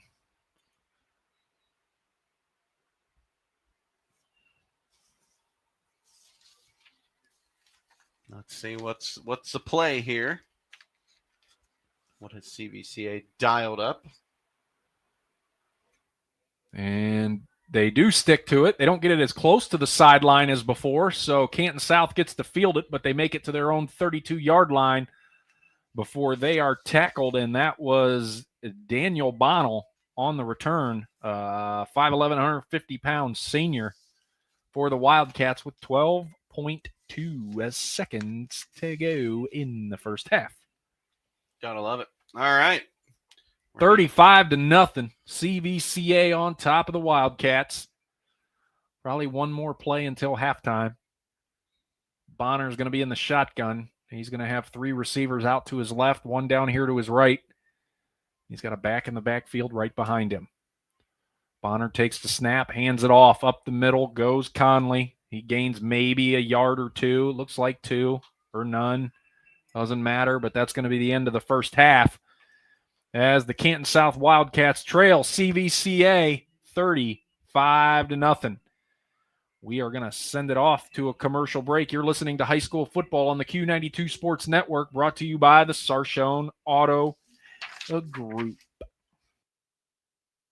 RG Drag, Stark County's premier career center, offers programs that prepares its students at the high school level for careers and continued education beyond high school. Upon completion, RG Drag students have an immediate opportunity to obtain a well-paying job in many exciting career fields. We offer everything from culinary, dental assisting, engineering, sports turf and landscape, welding, and so much more. Contact RG Drag to find a program and career that's the perfect fit for you. RG Drag, where careers begin. At the Gables of Canton, we know peace of mind matters for you and your loved one. Our 74-bed assisted living and memory care community features 24-hour nursing, a one-story floor plan, pet-friendly rooms, and restaurant-style dining. Located in Canton with strong ties to the community. We're more than a facility, we're family. Visit us at 3660 Green Tree Avenue Southwest or call 330-484-5888. The Gables of Canton, where people matter most. Lilyfield Lane Flowers and Gifts, located at 2830 Cleveland Avenue South, is your go-to florist for every occasion: homecoming, prom, weddings, birthdays, anniversaries, and memorials. Stop in and take a look at our unique gifts and beautiful custom floral arrangements. We deliver in the Stark County area. Give us a call today at 330-754-6998 and mention Q92 to receive a 20% discount. At Bank of Magnolia, we have a lot more than money invested in this community. We've invested our time, our interest, our heritage. We were born here and have been an important part of this community for 125 years. That's why we can offer financial services that truly meet your needs. If you're looking for financial advice or the best rates, look to us at 3221 Cleveland Avenue Southwest in Canton. We're ready to help you grow your business or your family, and that will help this community grow as well. Member FDIC and Equal Housing Lender. This is high school football presented by Sarshone Auto Group on Q92 and the Q92 Sports Network. Back here at Canton South, it's halftime as the Wildcats trail CVCA 35-0, and the Royals band is out on the field doing their thing, and we're going to send it back to the studio for a Jeff Mears news break. From the newsroom, I'm Jeff Mears with this halftime edition of Q92 News. A man is headed to prison for a fatal shooting in Perry Township. 43-year-old Myron Johnson of Grafton was sentenced today by Stark County Common Pleas Judge Kristen Farmer to 16 to 21 and a half years behind bars. He was also given 2 to 5 years probation. Johnson pleaded guilty to charges of voluntary manslaughter, felonious assault, and having weapons under disability. He was initially charged with murder in the slaying of 57-year-old David Ward, but took a plea deal. Ward was found shot to death in his Lincoln Way East apartment in July 2024. When charges were filed in December, Johnson was in a state prison for a parole violation. A Canton man has pleaded not guilty to charges of killing his live-in boyfriend. An attorney for 34-year-old Daniel Matei entered the written plea today during his client's arraignment in Stark County Common Pleas Court. Matei was indicted Wednesday on charges including murder stemming from the slaying of Ryan Godby of Canton. He disappeared after leaving a nightclub on Cherry Avenue Northeast June 19th. Matei allegedly beat and choked him the following day. Godby's body has not been found. Police haven't released a motive. Matei is scheduled to return to court September 9th for a pre-trial hearing.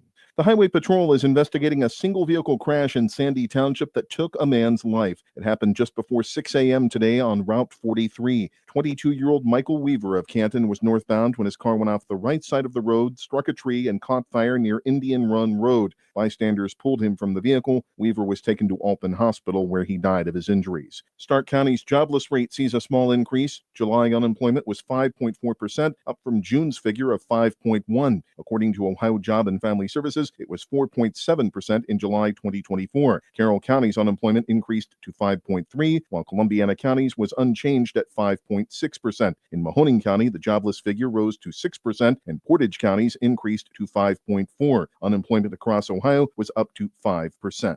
The Hall of Fame Village and the owners of Pizza Oven restaurants are dueling in court. Bear Management, which owns the restaurants, says it has exclusive rights to sell pizza in the village and says the village reneged on that promise. Bear Management says a deal was reached with third-party vendor AVI Food Systems, giving Pizza Oven exclusivity in the village. AVI is no longer the vendor, and the suit says the village has taken the position the exclusive supply agreement is unenforceable. The suit was filed in Stark County Common Pleas Court, asking a judge to terminate the lease. The restaurant opened in fall 2023. Work to replace a pedestrian bridge at Sippo Lake Trail is expected to be complete in mid-September. Stark Parks says the project will cost about $54,500. The repository reports money came from individual and corporate donations. A 40-year-old Canton man was charged with arson for setting a fire in March, which destroyed the walking portion and railing over 150 feet between Exploration Gateway and the Sippo Marina. The work will be done by Red Sun Construction of Wadsworth. Nimishillen Township trustees purchased personal protective fire gear Thursday. WDPN's David Schur reports. Using $14,667 of grant funds from the State of Ohio Fire Marshal, trustees approved Fire Chief Adam Gladys's request to get 4 sets of personal protective fire gear from Municipal Emergency Services of Warren, Ohio, for $18,555. Trustees also approved $16,580 purchase of asphalt from Allied Corporation. 3 quotes for a road and maintenance office's security system were discussed and tabled for further study. And they declared 5122 Glen Oak Avenue as a nuisance due to high weeds, grass, debris, and an unregistered vehicle. More news after this. The Q92 Sports Network brings you more high school football and basketball games than anyone else, by far. But did you know that you can go back and listen to our broadcast again? Simply go to the Q92 radio page on SoundCloud. We posted the games we broadcast for everyone to go back and relive. We have playlists filled with our high school football broadcasts from 2016 to this season. So go to SoundCloud now, follow Q92 Radio, and listen. And thank you for listening to all of our sports broadcasts of high school football and basketball on the Q92 Sports Network. A man who is a chaplain at Alliance Community Hospital has pleaded not guilty to 85 counts of pandering obscenity involving a minor. The plea was entered Thursday in Columbiana County Common Pleas Court by the attorney for 37-year-old Joseph Sabella of Knox Township. He appeared for his arraignment. A pretrial hearing is scheduled for September 19th. Sabella was indicted earlier this month. The Mahoning Valley Human Trafficking Task Force arrested him at his Stanley Drive home July 2nd. A search reportedly revealed thousands of images of children taking part in sex acts or in states of nudity. Sabella is on paid leave. A lawsuit filed against the Portage County Sheriff's Office by a Manaway police officer has been tossed out of court. The suit was brought by Miranda Brothers. In Wednesday's dismissal, federal judge Bridget Meehan Brennan cited non-compliance of court orders by Brothers and her attorney. The case was dropped without prejudice, meaning it cannot be refiled. A deputy reported Brothers left her 5-year-old child in the care of a known sexually oriented offender at a village apartment on New Year's Day 2024. She was placed on paid administrative leave. Brothers accused Sheriff Bruce Zukowski and arresting deputies of filing a complaint that contradicts sworn testimony of deputies who observed the child and continuing the case after deputies found no evidence to support the allegations. A child endangering charge was dismissed in July. Sentencing will be September 16th for a Youngstown man who admitted forcing at least 6 women into prostitution. 36-year-old Larry Burgess pleaded guilty to compelling prostitution, corrupting another with drugs, and trafficking in cocaine. Burgess was to go on trial September 29th. His guilty plea meant the dismissal of 2 counts of rape and several drug and weapons charges. This week's school shooting in Minneapolis has brought action from the Youngstown Catholic Diocese. Bishop David Bonar Thursday announced a task force to address safety and security issues. 2 children were killed and 17 others injured in Wednesday's incident. According to WFMJ-TV, Bonar says the diocese already has emergency plans in place, with schools conducting emergency drills and starting on-site safety inspections last year to make sure best practices were followed. We'll return you to the stadium for the second half of tonight's game, but first a look at the forecast. For the overnight, patchy fog, otherwise mostly clear skies, and a low near 45. Fog will make way for sunshine Saturday with a high around 72. From the Q92 newsroom, I'm Jeff Mears. From the daily driver, a heavy hauler, to a high-end auto investment, the Sarshone Auto Group is one of Northeast Ohio's leaders. With 6 locations: Sarshone Ford in Alliance and Randolph, Sarshone Chevrolet in Randolph and Garrettsville, Sarshone Chrysler Dodge Jeep Ram in Dalton, and the Sarshone Auto Gallery in North Canton. The Sarshone Auto Group. Find out more at sarshone.com, an official partner of the Cleveland Browns. When it comes to sports, Sam Berkwin brings the heat. Catch the Sam Berkwin Show weekdays from 3 to 6 p.m. on AM 1310 WDPN and streaming live on the WDPN Facebook and X pages, plus the Q92 YouTube channel. From the Browns to the Buckeyes, the Guardians, Cavs, and your local high school teams, if it's making headlines in the sports world, Sam is talking about it. It's the local sports talk you want. The Sam Berkwin Show, weekday afternoons on AM 1310 WDPN. It's time for Purple Raider football. Catch every snap, every score, and every big moment all season long on AM 1310 WDPN. This year, it's even easier to follow the 13-time national champion, Mount Union Purple Raiders. Listen live on AM 1310, the WDPN Facebook and X pages, and streaming on the Q92 YouTube channel. Sam Berkwin and Ryan Bevere are back in the booth, bringing you all the action. Don't miss a minute of Mount Union football on AM 1310 WDPN. Missed the big game? Don't worry, Q92 has you covered. Check out our SoundCloud page where you can relive every exciting moment. From high school football, basketball, baseball, and softball to Mount Union football and basketball, we've got it all. That's every broadcast from this season, and even classics going all the way back to 2016. Follow Q92 Radio on SoundCloud and never miss a play, a call, or the thrill of the game. Q92 Radio on SoundCloud, your home for every game, every season. This is high school football presented by Sarshone Auto Group on Q92 and the Q92 Sports Network. Back here inside Breck Bueller Stadium as the CVCA Royals lead the Canton South Wildcats at halftime, 35-0. That is all I'm going to contribute to the scoreboard of the halftime. And now I'm going to throw it over to my broadcast partner, Mike Voorhees, who's going to catch you up on scores around the area. Absolutely, Jay. We're going to jump right in. The Minerva Lions leading Crestwood at the half, 13-0. Woo! Mogador leads Canton Central Catholic 14-7. Fairless over Waynedale at the half, 21-0. Northwest over Marlington, 28-0. This is Northwest's first game of the season. That's right, because of the Norton game got canceled, so Northwest comes out ready to go. CVCA leads Canton South, as you've already said. Perry over St. Vincent St. Mary, 23-0. Wow. The Massillon Tigers lead the Glen Oak Golden Eagles 37-3. That's not surprising. Fitch over Jackson, 34-3. Wow, that is surprising. Hoover over Medina, 35-10. Okay. Louisville over Alliance, 21-13. Manchester over Sandy Valley, 27-0. The Lake Blue Streaks over Boardman, 28-7. Now let me shift gears here. We're going to go to a different site, get some more scores, because that's how we roll here in the Q92 sports world. I want to get all the high school football scores. That's how we roll in the Shire.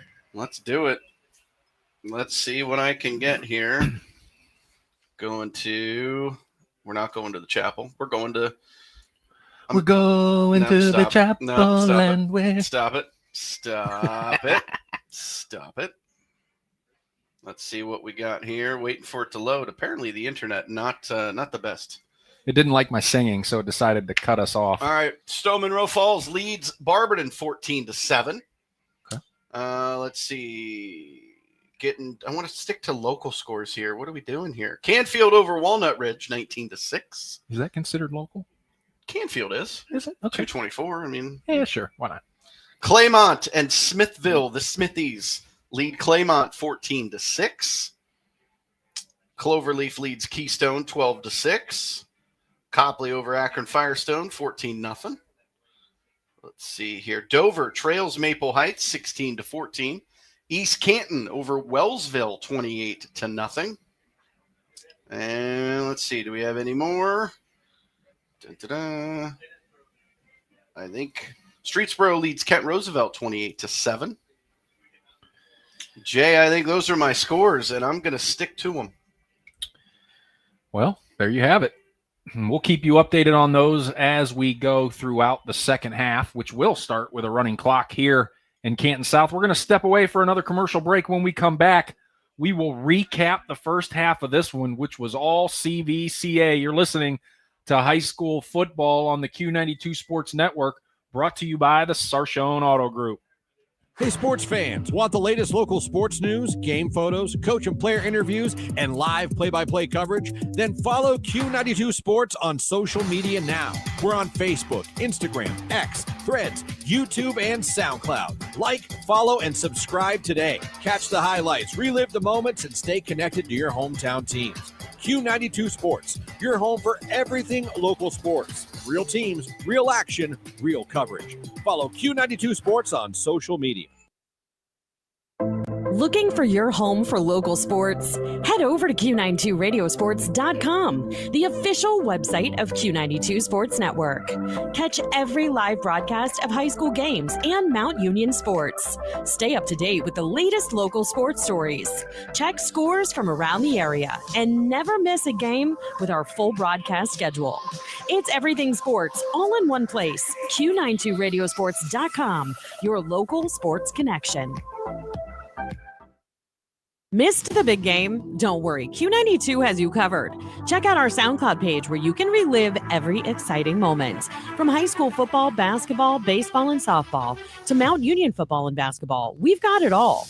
That's every broadcast from this season and even classics going all the way back to 2016. Follow Q92 Radio on SoundCloud and never miss a play, a call, or the thrill of the game. Q92 Radio on SoundCloud, your home for every game, every season. When it comes to sports, Sam Berkwin brings the heat. Catch the Sam Berkwin Show weekdays from 3 to 6 p.m. on AM 1310 WDPN and streaming live on the WDPN Facebook and X pages, plus the Q92 YouTube channel. From the Browns to the Buckeyes, the Guardians, Cavs, and your local high school teams, if it's making headlines in the sports world, Sam is talking about it. It's the local sports talk you want. The Sam Berkwin Show, weekday afternoons on AM 1310 WDPN. Back here at Breck Bueller Stadium, halftime. CVCA leads Canton South 35-0, and now the Canton South band is out on the field doing their thing. And let's recap that first half, as it was all CVCA all the time. They got to do whatever they wanted, whenever they wanted, however they wanted. And they started the scoring off in the first quarter with a Braden Harris 11-yard touchdown reception.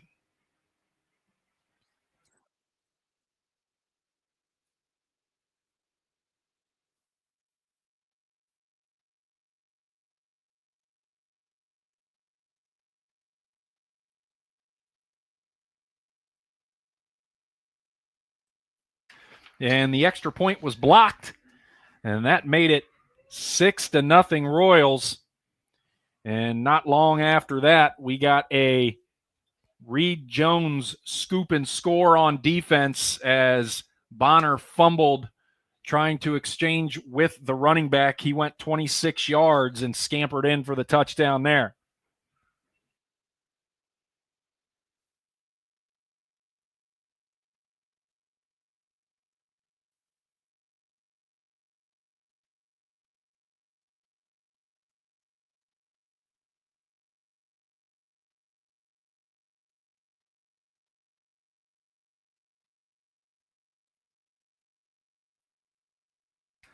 And they went for the 2-point conversion there with Kopech as he just bowled his way in and even it out to 14-0. And then still in the first quarter, we got a 21-yard touchdown catch by Carter Walkley that made it 21-0.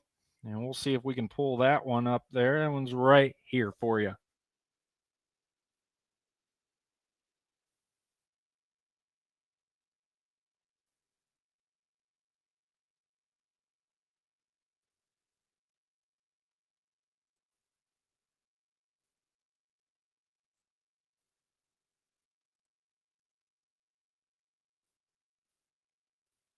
And the extra point was good there as they got back on track with the special teams.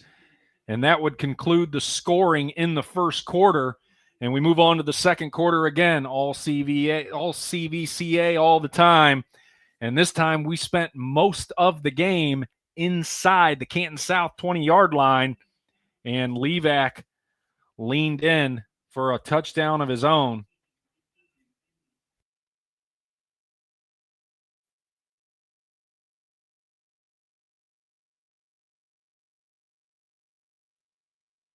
And the extra point there was good. That made it 28-0.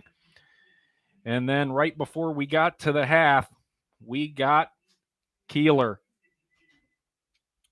from about, what was that, 21 out? No, it was 2 yards. So 2 yards out? Yep. So we got that one right here. Well, no, we don't. That's the wrong one. Don't listen to me. This one right here concluded the scoring to this point.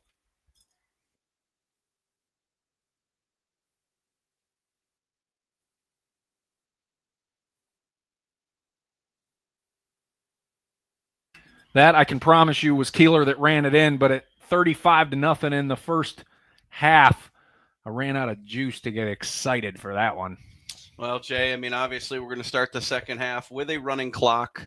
For those that don't know, break it down for us. Running clock means exactly that. Yeah, the only time they'll stop it is if there's a timeout or the end of the quarter. Incomplete passes, run out of bounds, don't matter. The clock keeps running, and it kind of keeps things from getting too far out of hand at this level, which, you know, basketball has implemented a very similar thing in high school. I don't remember exactly what theirs is, but they have a running clock as well. I had to do a couple of games a few years ago that had running clocks in them, and you want to talk about this. You can get through a football game and it feels still fairly normal with a running clock. You know what I mean? A basketball game, it's weird. Yeah. Yeah. Well, and Canton South can stop the running clock if they score. If and they get it CVCA inside 30. Does not. Yep. So if you're Coach Dennison, you know you're trying to rally your team. Good night, Irene. Fitch, 41. Jackson, 3. But we found out why. Yes. Jackson is running on their third string quarterback. Obviously, the starter, Lucas Eckerman, got injured with his knee. And then their backup quarterback has injured his ankle. So they have their third string quarterback, the sophomore, into the ball game. So as we get ready here for the second half, Canton South will receive the kickoff as CVCA had the kickoff to start the game. Waiting for CVCA to walk out on the field, getting their final instructions from the special teams coach and head coach Nick Cook. They have finally broken the huddle. We're about ready here to start the second half,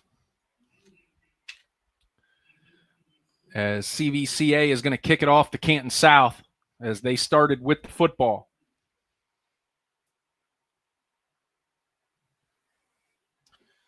Canton South has the ball. CVCA. And Canton South's going to be going right to left. And the clock has officially started.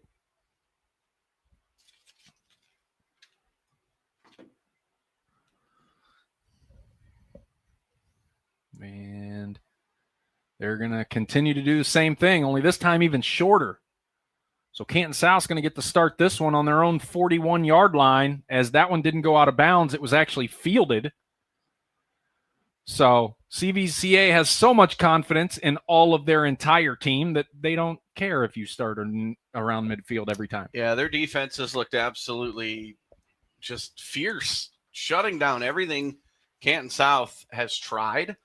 And yeah, so they're not letting the return game beat them. They're going to make Bonner. Well, it's not Bonner this time. It's back to Brody Beagle, who is the quarterback. Bonner, I don't see currently. I'm kind of looking for him on the sideline. Nope. And Beagle's in the shotgun. 2 receivers to his right, 1 to his left. He's going to hand it off to the back. No, he's going to keep it, and he's going to run it himself up the middle for about 3 yards out to the 43-yard line. Tackle made by CVCA do-it-all guy, Kopech, Joey Kopech. Oh, yeah, I've heard that guy's name today. We've said his name once or twice. Kopech, great job there on the stop. So, again, Beagle and Bonner with Coach Dennison. Again, it's this, we're going to try both quarterbacks. The clock has stopped. I don't know why it stopped. I think they're sending a kid off because of a wardrobe malfunction or something like that. They're making him leave. Up. Maybe they're making the officials stopped everything and made him walk off the field, which he's doing under his own power. So that's a good thing. That's Braylon Conley, the running back. So now we got Beagle in the shotgun, 3 receivers to his left, and he's going to fire one immediately out to Daniel Bonnell, who tries to break free, and I don't think he got anything. And we got a late flag that comes in, because he didn't get any yardage on that play, and we're going to see what it is. It's going to be a personal foul on CVCA, which should give Canton South an automatic first down. Yeah, a little extracurricular after the play, Jay, goes a long way. The refs tend to throw those yellow flags. Yeah, and if you're CVCA, man, you want to keep it clean, because the last thing you want to do is give Canton South any kind of hope, because I'm going to tell you right now, if they can score 35, so can Canton South. Yeah, absolutely. So now they're going to be inside CVCA territory for the first time tonight, I believe, and Beagle's going to be in the shotgun on their 42-yard line, 1st and 10. Takes the snap, rolls right, coming off the blitz, fires it off to the right side, way over the head of his intended target, out of bounds and incomplete. Oh, great job there. CVCA applying all the pressure. I mean, they're hitting all the gaps. They're hitting everything, causing Beagle to get out of the pocket, forcing him to throw on the run. And if you watch his mechanics, Jay, it's almost like he's got a little hitch in the throwing motion. He almost pauses before he throws. It's something I have not seen before. Yeah. Back in the shotgun for Beagle, 3 receivers up top to his right, and the running back in the backfield right behind him, takes a snap, hands it off to the back, who goes straight up the middle, gets inside the 40 down to the 36-yard line. That's going to bring up about 3rd and 4, 3rd and 5 for the Wildcats with 9:10 to go here in the third quarter. Looked to be Diego Bautista, the running back for Canton South. He showed a little burst there. Yeah, I think that was his first carry of the ball game, and that's going to be 3rd and 4 from the CVCA 36-yard line. Beagle back in the shotgun, still has those 3 receivers up top to the right. Running back behind him in the backfield, takes the snap, hands it off to him again. He's going to burst up the middle again, inside the 30, down to the 28-yard line. Canton South got a little something cooking now. Diego Bautista again, the 5'8", 185-pound junior tailback. And I'll tell you what, he's got a little bit of juice in the tank. Yeah, runs low to the ground, keeps those legs churning. We got a 1st and 10 from the CVCA 28-yard line. They're going to stay with the same set of receivers up top. Stay in the shotgun with Brody Beagle. He's going to take the snap, fires it to the right side, immediately got his man. Gained maybe 3 yards there, as that was Daniel Bonnell again on the reception. And Bonnell was met immediately by the CVCA defense. They weren't fooled at all. No, they're doing a great job of, even when Canton South throws the football, that even if they get the reception, that hit isn't far away. Yeah, they're doing a great job. The defense is staying home, watching their players, staying in their zone, so to speak. Yeah, 2nd and 7 from the Royals' 25-yard line. This time the receivers are going to be down on the left side, all 3 of them. Takes the snap, fires it left immediately again, and again immediately met is Bonnell after the reception.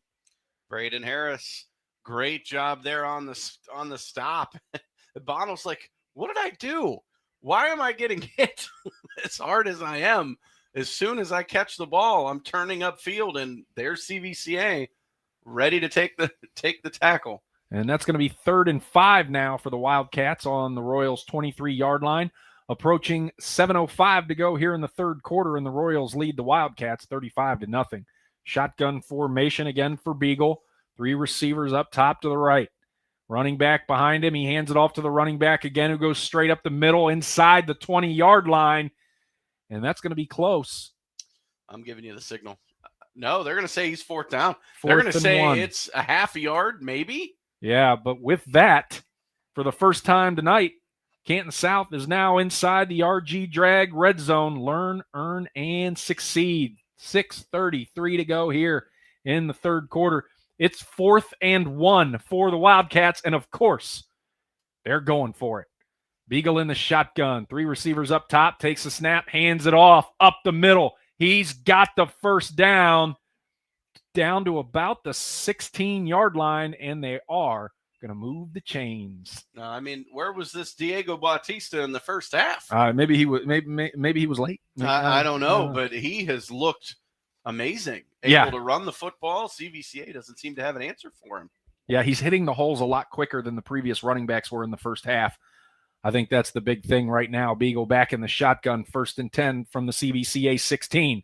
Right back to him. Up the middle, inside the 15, down to about the 13-yard line. Another good first down gain by the Canton South running back. Yeah, Diego Bautista looks really good right now, and why not keep feeding him? He's obviously hungry, and this Canton South offense, Jay, is completely different from what we saw in the first half. Yeah, you got to wonder what was said inside that locker room, because they are coming off the ball with aggression in this third quarter. 2nd and 7 now from the CVCA 13-yard line. Beagle in the shotgun, staying with those 3 receivers up top. Fakes the pass. Shot to the corner, into the corner, touchdown. Canton South on the board. Great throw. It was number 7, Torres Conley, able to get the football, a 13-yard touchdown pass from Beagle to Conley. And the running clock, Jay, has stopped. All it took was Canton South getting into the end zone. Now the all-important extra point. This kicker was nailing them in pregame. Has quite the leg, I think. We got it teed up. There's the snap. It's in the air. Plenty of leg, and it is good. So Canton South on the board. It's now 35-7, CVCA, and that gets us inside that 30 mark. So the running clock goes away for now.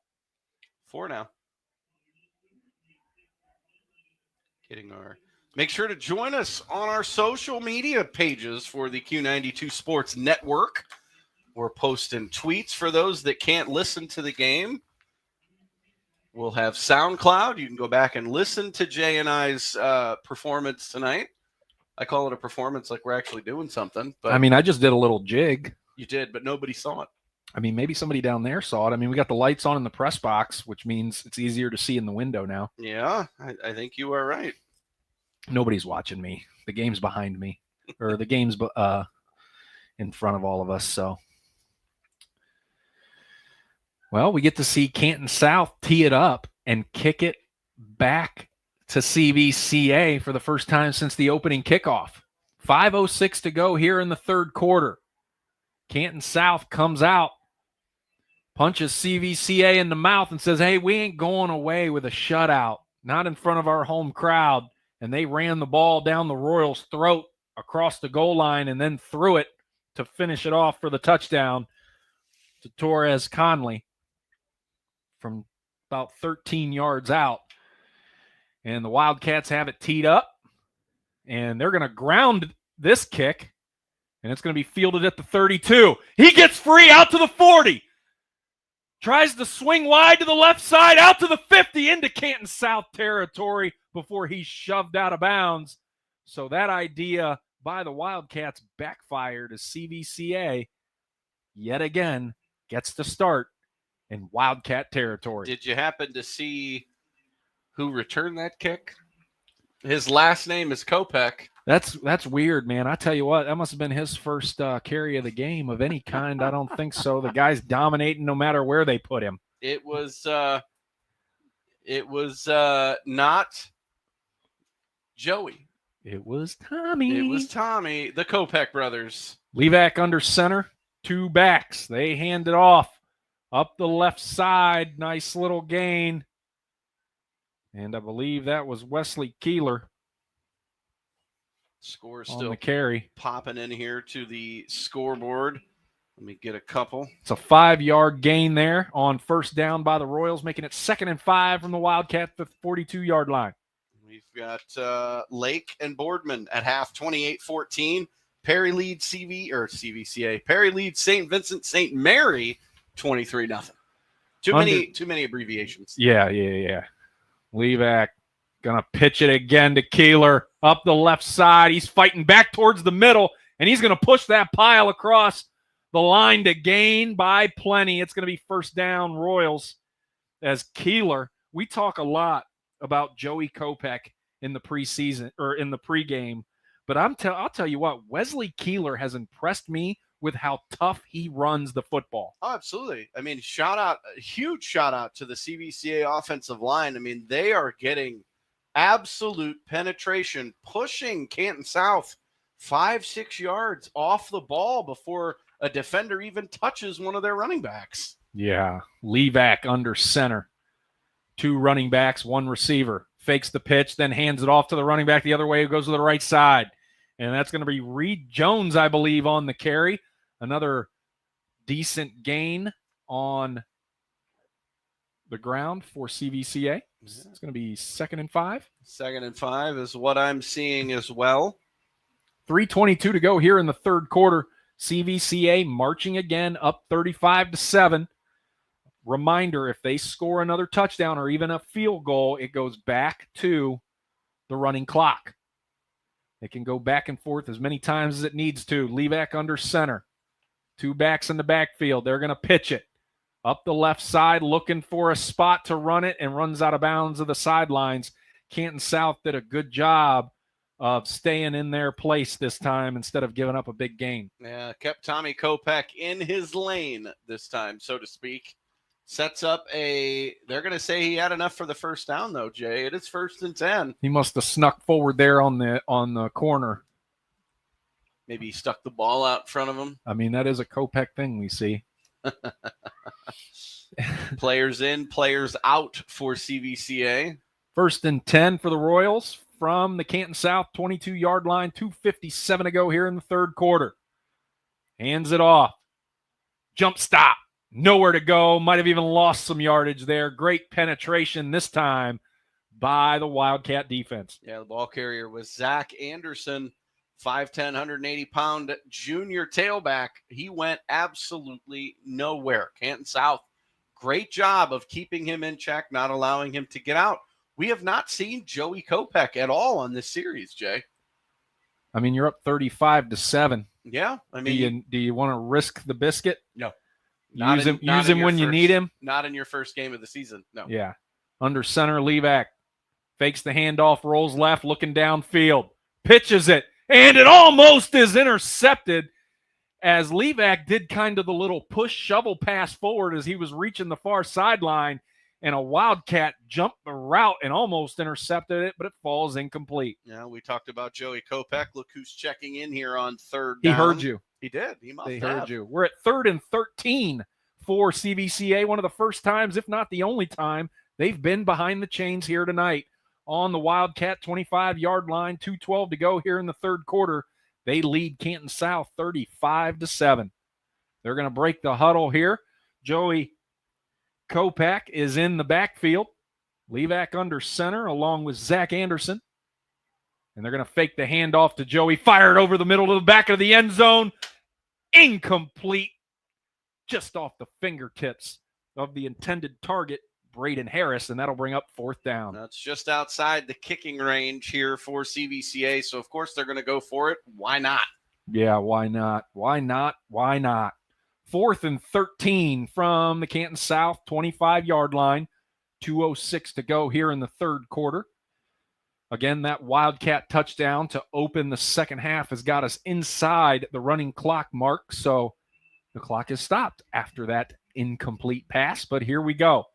This time they're going to put Levac in the shotgun, empty backfield, 2 receivers to the right, 1 to the left, and then we're going to have a timeout called by CVCA, and this timeout is brought to you by Friends and Family Credit Union. It's time to bring a friend into the family, Mike. Absolutely. We'll stay here. Might as well. We'll stay here and banter back and forth. It Why is not? 35-7. 2:06 to go here in the third quarter. 4th and 13 for CVCA. What do you think so far, Mike? Well, shout out to the Canton South athletic staff. I mean, they have hooked us up with food and beverage, which is always it's always a perk of this job. Get to try some phenomenal food. We had some pizza, some sandwiches, chips, and drinks. I mean, that's great. The game, CVCA absolutely dominating the first half. Couldn't do anything wrong. Canton South couldn't get anything right, and it looks like it has been flipped A little start bit this third quarter. And CVCA, this is a big 4th down. I hate to say that, but I mean, it's big for Canton South Yeah. because they could really make some noise if they can stop them here. And sure enough, Levac in the shotgun, empty backfield, 4 wide. He drops back to pass, fires it over the middle, way over the head of his intended target. Again, that's Braden Harris. Incomplete, and that's going to be a turnover on downs, and Canton South has a chance to cut into this lead again with 2 minutes left in the third quarter. Well, you're Canton South. That momentum train is beginning to shift just a little bit. Not a lot, but just a little bit. They score here, it'll shift a lot.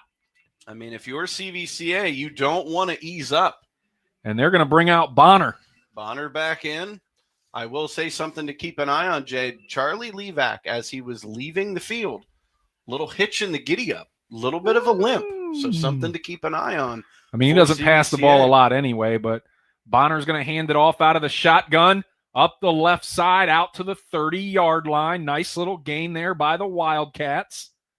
Again, Diego Bautista. I don't know what it is. Bautista, 5'8". 185 pounds. He's like a bowling ball. He's doing a great job of staying behind his blockers and then through the hole the minute it opens up. Bonner back in the shotgun. 2 receivers to his right, 1 down here to the left out wide. Bautista in the backfield. He's going to hand it off to him again. He goes straight up the middle, churning those legs out to the 35. Again, just CVCA struggling to stop the run here. They're going to say it's enough for a first down. And we have ourselves another Bautista first down by the Canton Wildcats. 1:15 to go here in the third quarter. They are out to their own 36-yard line. In the huddle, Bonner still in at quarterback.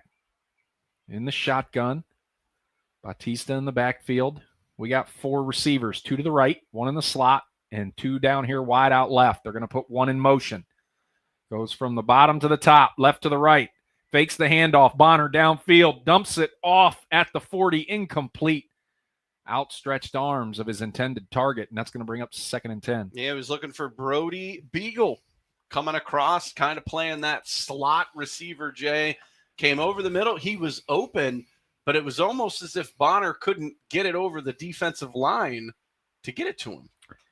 I feel something's going to happen with that Beagle in the slot, that he's going to come around on an end around and end up throwing the football. I think they're setting that up down the road when they need it. 4 wide for Bonner in the shotgun. Takes the snap, hands it off to Bautista. Bounces it out to the right side as there was nothing up the middle. And he gains maybe 2 yards, as he is definitely a player that needs to stay in between the tackles. When he bounced it outside, there was just no go there. Well, we noticed, obviously, a little bit earlier, Braylon Conley left the game, and I have not seen him return. Okay. Since he left, it has been the Diego Bautista show, and I'm looking on the sideline. I'm not seeing number 6. I'm sure he's there. Might just be winded. Oh, there he is down there, 3rd from the right. Okay, there he is. So he is on the sideline. They're going to roll with the hot hand, and that's Bautista right now. 3rd and 9 from their own 37. We're under 3 seconds to play in the third quarter. They get the snap off. Bonner drops back to pass. He was looking to uncork it, but now he's under pressure. Rolling left. He's looking to hit the sideline, and he gets drilled as he was running out of bounds. And CVCA is fired up as he got smoked.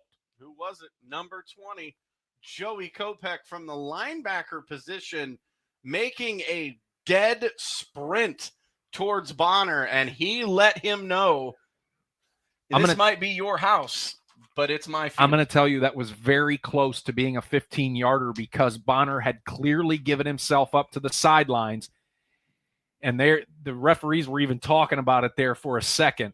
But that'll end the third quarter with the CVCA Royals leading the Canton South Wildcats 35-7. We might as well just keep it right here after we were explaining that last play.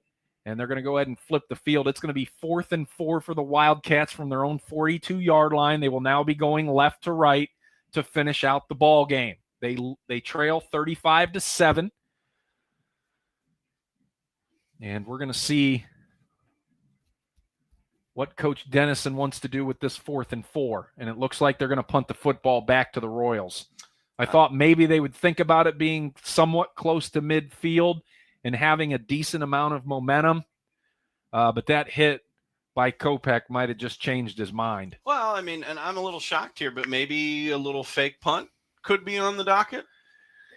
Yeah, I don't see that happening with the personnel they have in, but you never know. Clean punt. Nice punt this time. It's going to be fielded at the 31. He's going to be spun around. He's going to break through, try to get to the right side, breaks another tackle. He's at the 50. He breaks free down to the 40, and he's going to be tripped up at the last second at the Canton South 38-yard line. Yeah. The return there was Nick Schober, the senior 6'1" running back / defensive back. Jay, he ran into his own blocker. Oh, that's what kept him. And it couldn't go any further. Tripped up by his own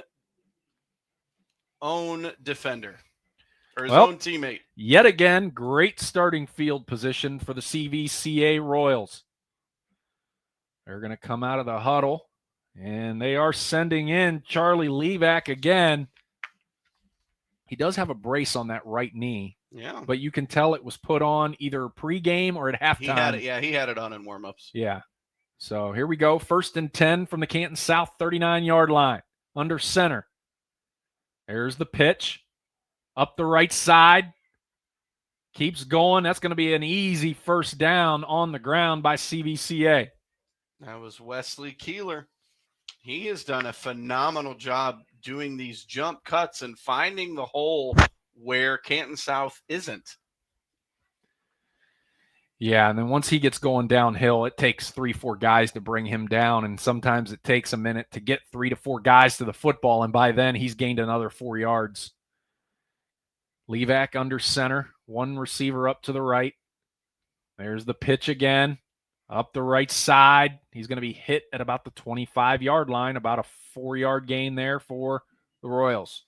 No, a little chippiness now I'm seeing on the field. That's usually what happens when the score discrepancy starts getting far apart and you're getting late in the game and you see that time and chance start leaking away. You get a little emotional, get a little chippy. 2nd and 7 for CVCA from the Canton South 25-yard line. 10:40 to go in the ball game. Levac under center. Takes the snap, pitches again to the right side. Up the hash marks, and they're going to churn their legs, and that could be another first down, and it is. Tommy Kopech, great job there on the carry.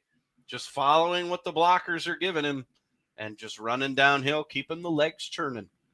1st and 10, and CVCA again. They are now in the RG drag red zone. Learn, earn, and succeed. 10:15 to go in the ball game. CVCA leads 35-7. Levac under center. Takes the snap, fakes the pitch, and then the handoff straight up the middle. Nobody there. Zach Anderson walks it in for a CVCA touchdown. Yeah, that was a great play fake there by CVCA. They had been running this formation mostly the entire game where it goes to the outside back. This time they shifted it and gave it to the up back, the quote-unquote fullback, and he's just right up the middle, untouched, into the end zone from 18 yards out. And we go back to the running clock as the extra point still to come for the Royals. There's the snap. It's up. It's good. It is now 42-7. CVCA on top. Yeah, just a great job. CVCA. I don't know how much more positivity I can put on this, Jay. They just anything they've wanted to accomplish tonight, they've done it. Yeah, it was nice of Canton South to show some fight coming out of halftime. But CVCA just put that to bed. Yeah, unfortunately, I think it's going to be too little too late for Canton South, although this looks like a completely different team from the first half if you're Canton South. So there's obviously something to kind of build on as you're heading into week 3. Yeah, you learn from the film in the first half because you just got absolutely demolished in every facet of the game. But then you look at the second half and you go, this is what it looks like to not give up no matter what. And you can hang your hat on that when you know it's managerial 101. Start with something positive. You talk about the negative and how you got to work on it to get better, and then you end with something positive. Yeah. I think how Canton South is carrying themselves here in the second half, just doing everything they can to just continue to fight, is that positive part of things. 9:15 to go in the ball game. 42-7. CVCA leads the Canton South Wildcats. And here's another short little kick, fielded at the 36, out to the 45-yard line, and that's where the Wildcats will start. Well, if you're Canton South, again, you just chip away. I mean, obviously you're playing for pride at this point. You'd like that running clock to stop again. Playing for reps. Yeah. Work on your reps and try to do things right, even if there's nothing you can do about the outcome at this point. Yeah, and if you're CVCA, most of your starters are going to head to the sideline. You're going to let some underclassmen get some reps in, let them learn, because eventually it's going to be them as the starters. Yeah. When the senior class graduates. 100%. So Beagle in the shotgun, takes a snap, hands it off, up the middle goes the running back, and that's Braylon Conley, I believe, the aforementioned. And that was a good burst up the middle there for the Wildcats as they get inside CVCA territory. It was Conley. So Batista back to the sideline. It's going to bring up second down and about, 2? 2nd and 2, 8:20 to go in the ball game. We're back to the running clock as mentioned. And they're going to keep Brody Beagle in at shotgun. He in at running at quarterback in the shotgun. 3 receivers to his left. Got Conley in the backfield behind him. He's going to hand it off to him, and another burst straight up the middle gets the Wildcats a first down to the CVCA 40-yard line. Well, obviously CVCA is taking all their starters out, so these are all reserves on defense right now. But I will say in this second half, Canton South has found that gap right up the middle where they've just been able to just pound it right up the middle and get big plays, big chunks that they weren't able to get in the first half. Back in the shotgun. Beagle takes a snap, hands it off again, up the middle again, this time a little bit to the right side on the right hash, inside the 40 to about the 38-yard line. And that's going to bring up second down and 8. Well, join us post-game. We'll wrap things up here at Breck Bueller Stadium. We'll get some scores, and then I will make my way back down to the field, and I will get some interviews, and those will be posted to our Q92 Sports social media handles. Yep, we'll go over to the scoreboard, and we'll have final thoughts and some game highlights from the second half. Brody hands it off again to Conley up the middle. He gets nowhere. That's going to bring up 3rd and 8. Yeah, great job there. CVCA read it this time, had enough men in the box to put that run back where it started. Yeah. Yep. 3rd and 9 from the CVCA 39, 6:25 to go in the ball game. The Royals lead the Wildcats 42-7. Well, they better hurry up. Canton South's got one too many players out on the field. He's able to get off the field. Shotgun formation for Brody Beagle. He takes the snap, drops back to pass, looking left, fires it to the left side, incomplete, in and out of the hands of Torres Conley, who actually was wide open, but he turned up field before he secured the football. Yeah, you can't run. You can't run until you learn to walk. Yeah, it's true. Yeah, true. True. I mean, you got to learn to crawl before you learn to walk. You Not got to necessarily. No. For those that are interested, the Cleveland Guardians are losing to the Seattle Mariners 4-1 in the top of the 7th. Not a shocker with the way they've played the second half of their season. Shotgun formation for Beagle. He drops back to pass again. He's going to put it in the air again. And this time it is caught. Same play ran this time, but he remembered to catch the football before turning upfield, and that's going to be a Wildcat first down. Great job. I mean, Beagle able to stay in the pocket, take what the defense gives you. And again, they run the same play as the play before, but this time the ball is right where it needs to be when it needs to be there. Yup. First and 10 from the CVCA 24-yard line. 4:50 to go in the ball game.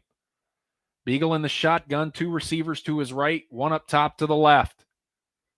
Takes the snap. Holds on to the handoff, and he's going to take off himself, spins up back towards the middle, and gets down to about the 21-yard line. Well, good job that time. Beagle using his feet. And that's going to bring up 2nd down and 7. They gave him 3 on that carry. Gotta love the option. Held on to it as long as he That's could. The longest I've ever seen anybody hang And on then to he's it and like, still end up with the football. I'm going to give it to you. No, at the last second. Takes it away.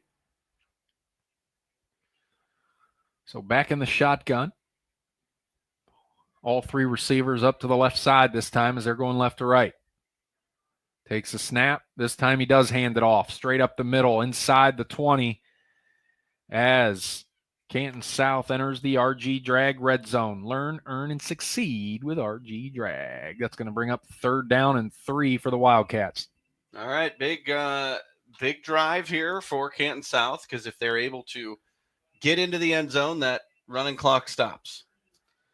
Again, this is about reps and pride at this It point. is. They're not going to win this football game. There's 3:30 to go. They're down 42-7, but at this point, you're starting to play for the rest of the season.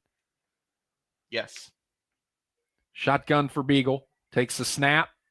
Hands it off. Up the left side. Breaks free. Inside the 10. Down to about the 7-yard line. And that's going to be another first down for the Canton South Wildcats.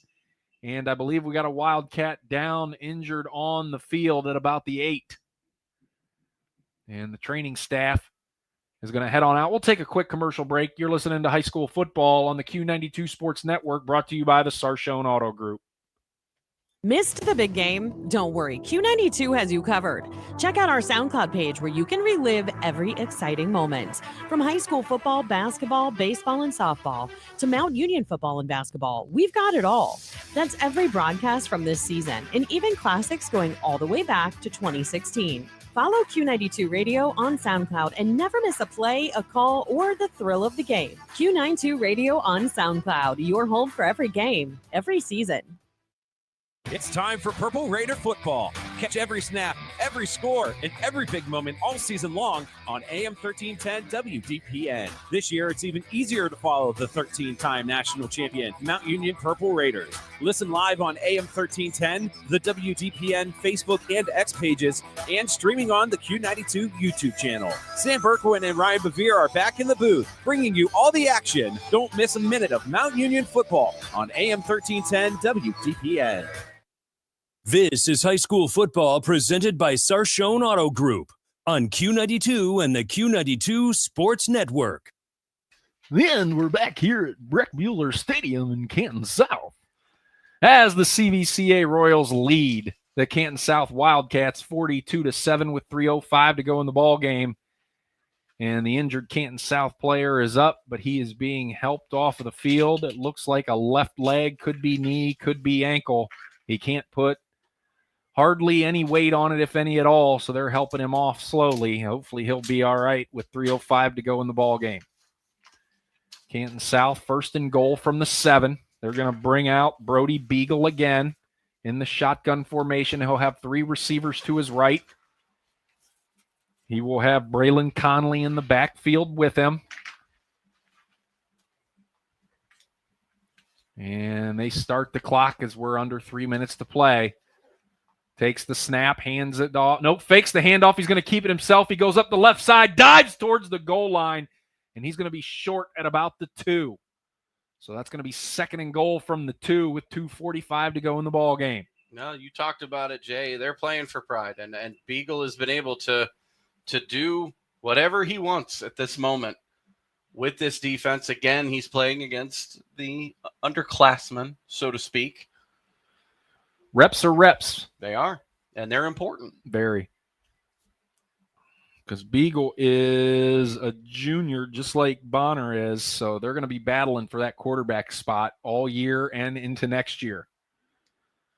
This time they're going to put Beagle under center with a single back, 2 receivers. They're going to hand it off, and they're going to shove him into the end zone for a Canton South touchdown. Braylon Conley on the carry. Great job. Just took exactly what the defense gave you, went right up the middle, followed the block into the end zone from 2 yards out, and the running clock, Jay, has stopped again.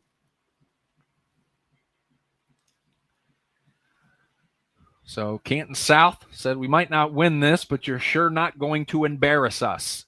Extra point still to come for the Wildcats.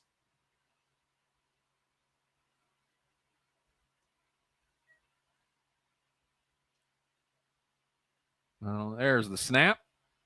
Ball's up, and it is plenty good, and that'll make it 42-14. CVCA still on top of the Wildcats with 2:07 to go in the ball game, and like my broadcast partner just mentioned, that stops the running clock yet again. I want to thank you guys for spending your Friday night with us here on Q92radiosports.com. And as always, I like to thank our sponsors, because without them, there would be no us. Absolutely not.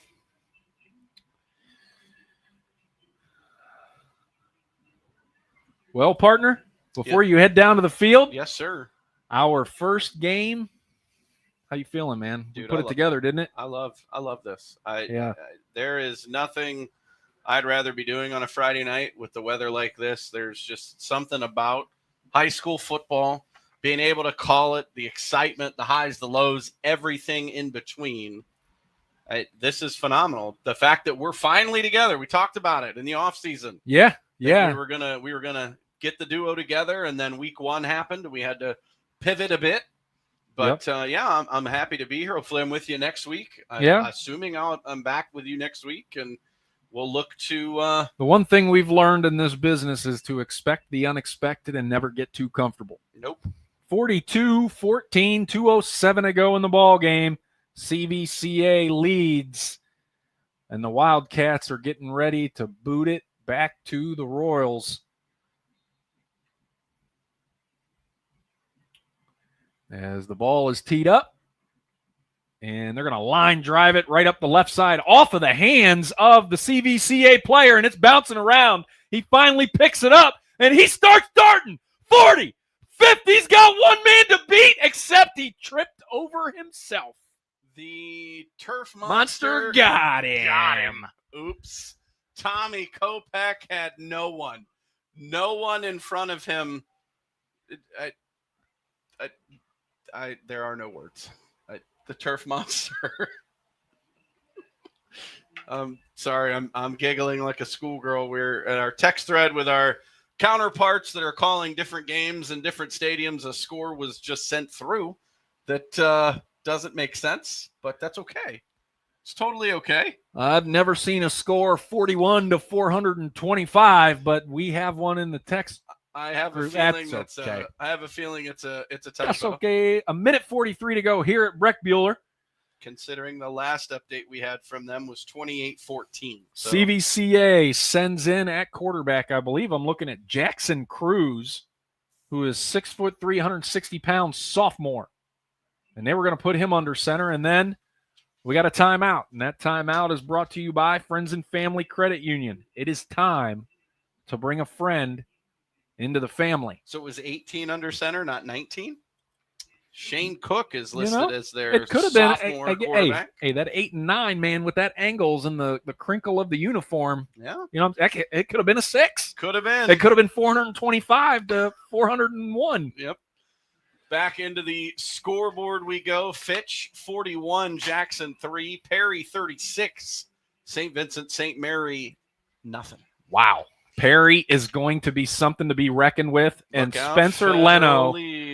Spencer Leno is starting his tenure at Perry in an absolute beautiful way. Yeah, absolutely. 2 for 2. You'll take that every day of the week.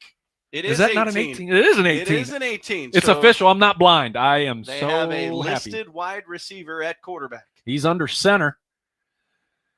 2 receivers, 1 to each side, but they're going to hand it off to Mason Fry, who goes up the right side and gains maybe a yard. Clock continues to run, Jay, under a minute 40. How did you think the first game as the two of us went tonight? I think it went good. Most people don't understand that there's timing with it. You learn each other's cadences, how you talk, how long you talk, when you stop, when you pause. So it takes a couple of games, but you and I have done some projects in the past together. So we have a little bit of working knowledge how either of us, go about things. So I think it went really well the first time. We will only get better, my friend. Yes, sir. Well, we got some confusion on the CVCA offense there. Figured it out. Jackson Cruz under center again. This time he pitches it to Fry up the right side. He gets to the right sideline, darts it up the right sideline, and pushes it forward for a Royals first down to about the 22-yard line of the Wildcats as we are officially under a minute to play here in the ball game. And the clock still running. I don't think anybody's really going to use any more timeouts barring injury because this game, she's over.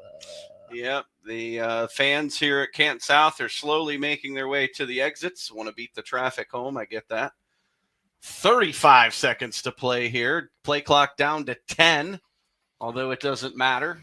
They'll let it go down to 1 before they snap the football. And again, under center, Jackson Cruz hands it off too far back in the backfield, and that's going to lose a lot of yards, but that's going to be the ball game. That's going to end the ball game as the CVCA Royals defeat the Canton South Wildcats 42-14.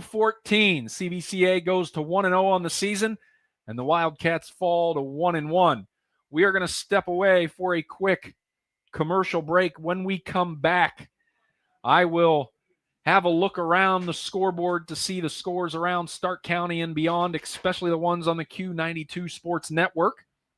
And I will have a second half recap and my final thoughts on the game tonight. You're listening to High School Football on Q92 Sports Network, brought to you by the Sarshone Auto Group.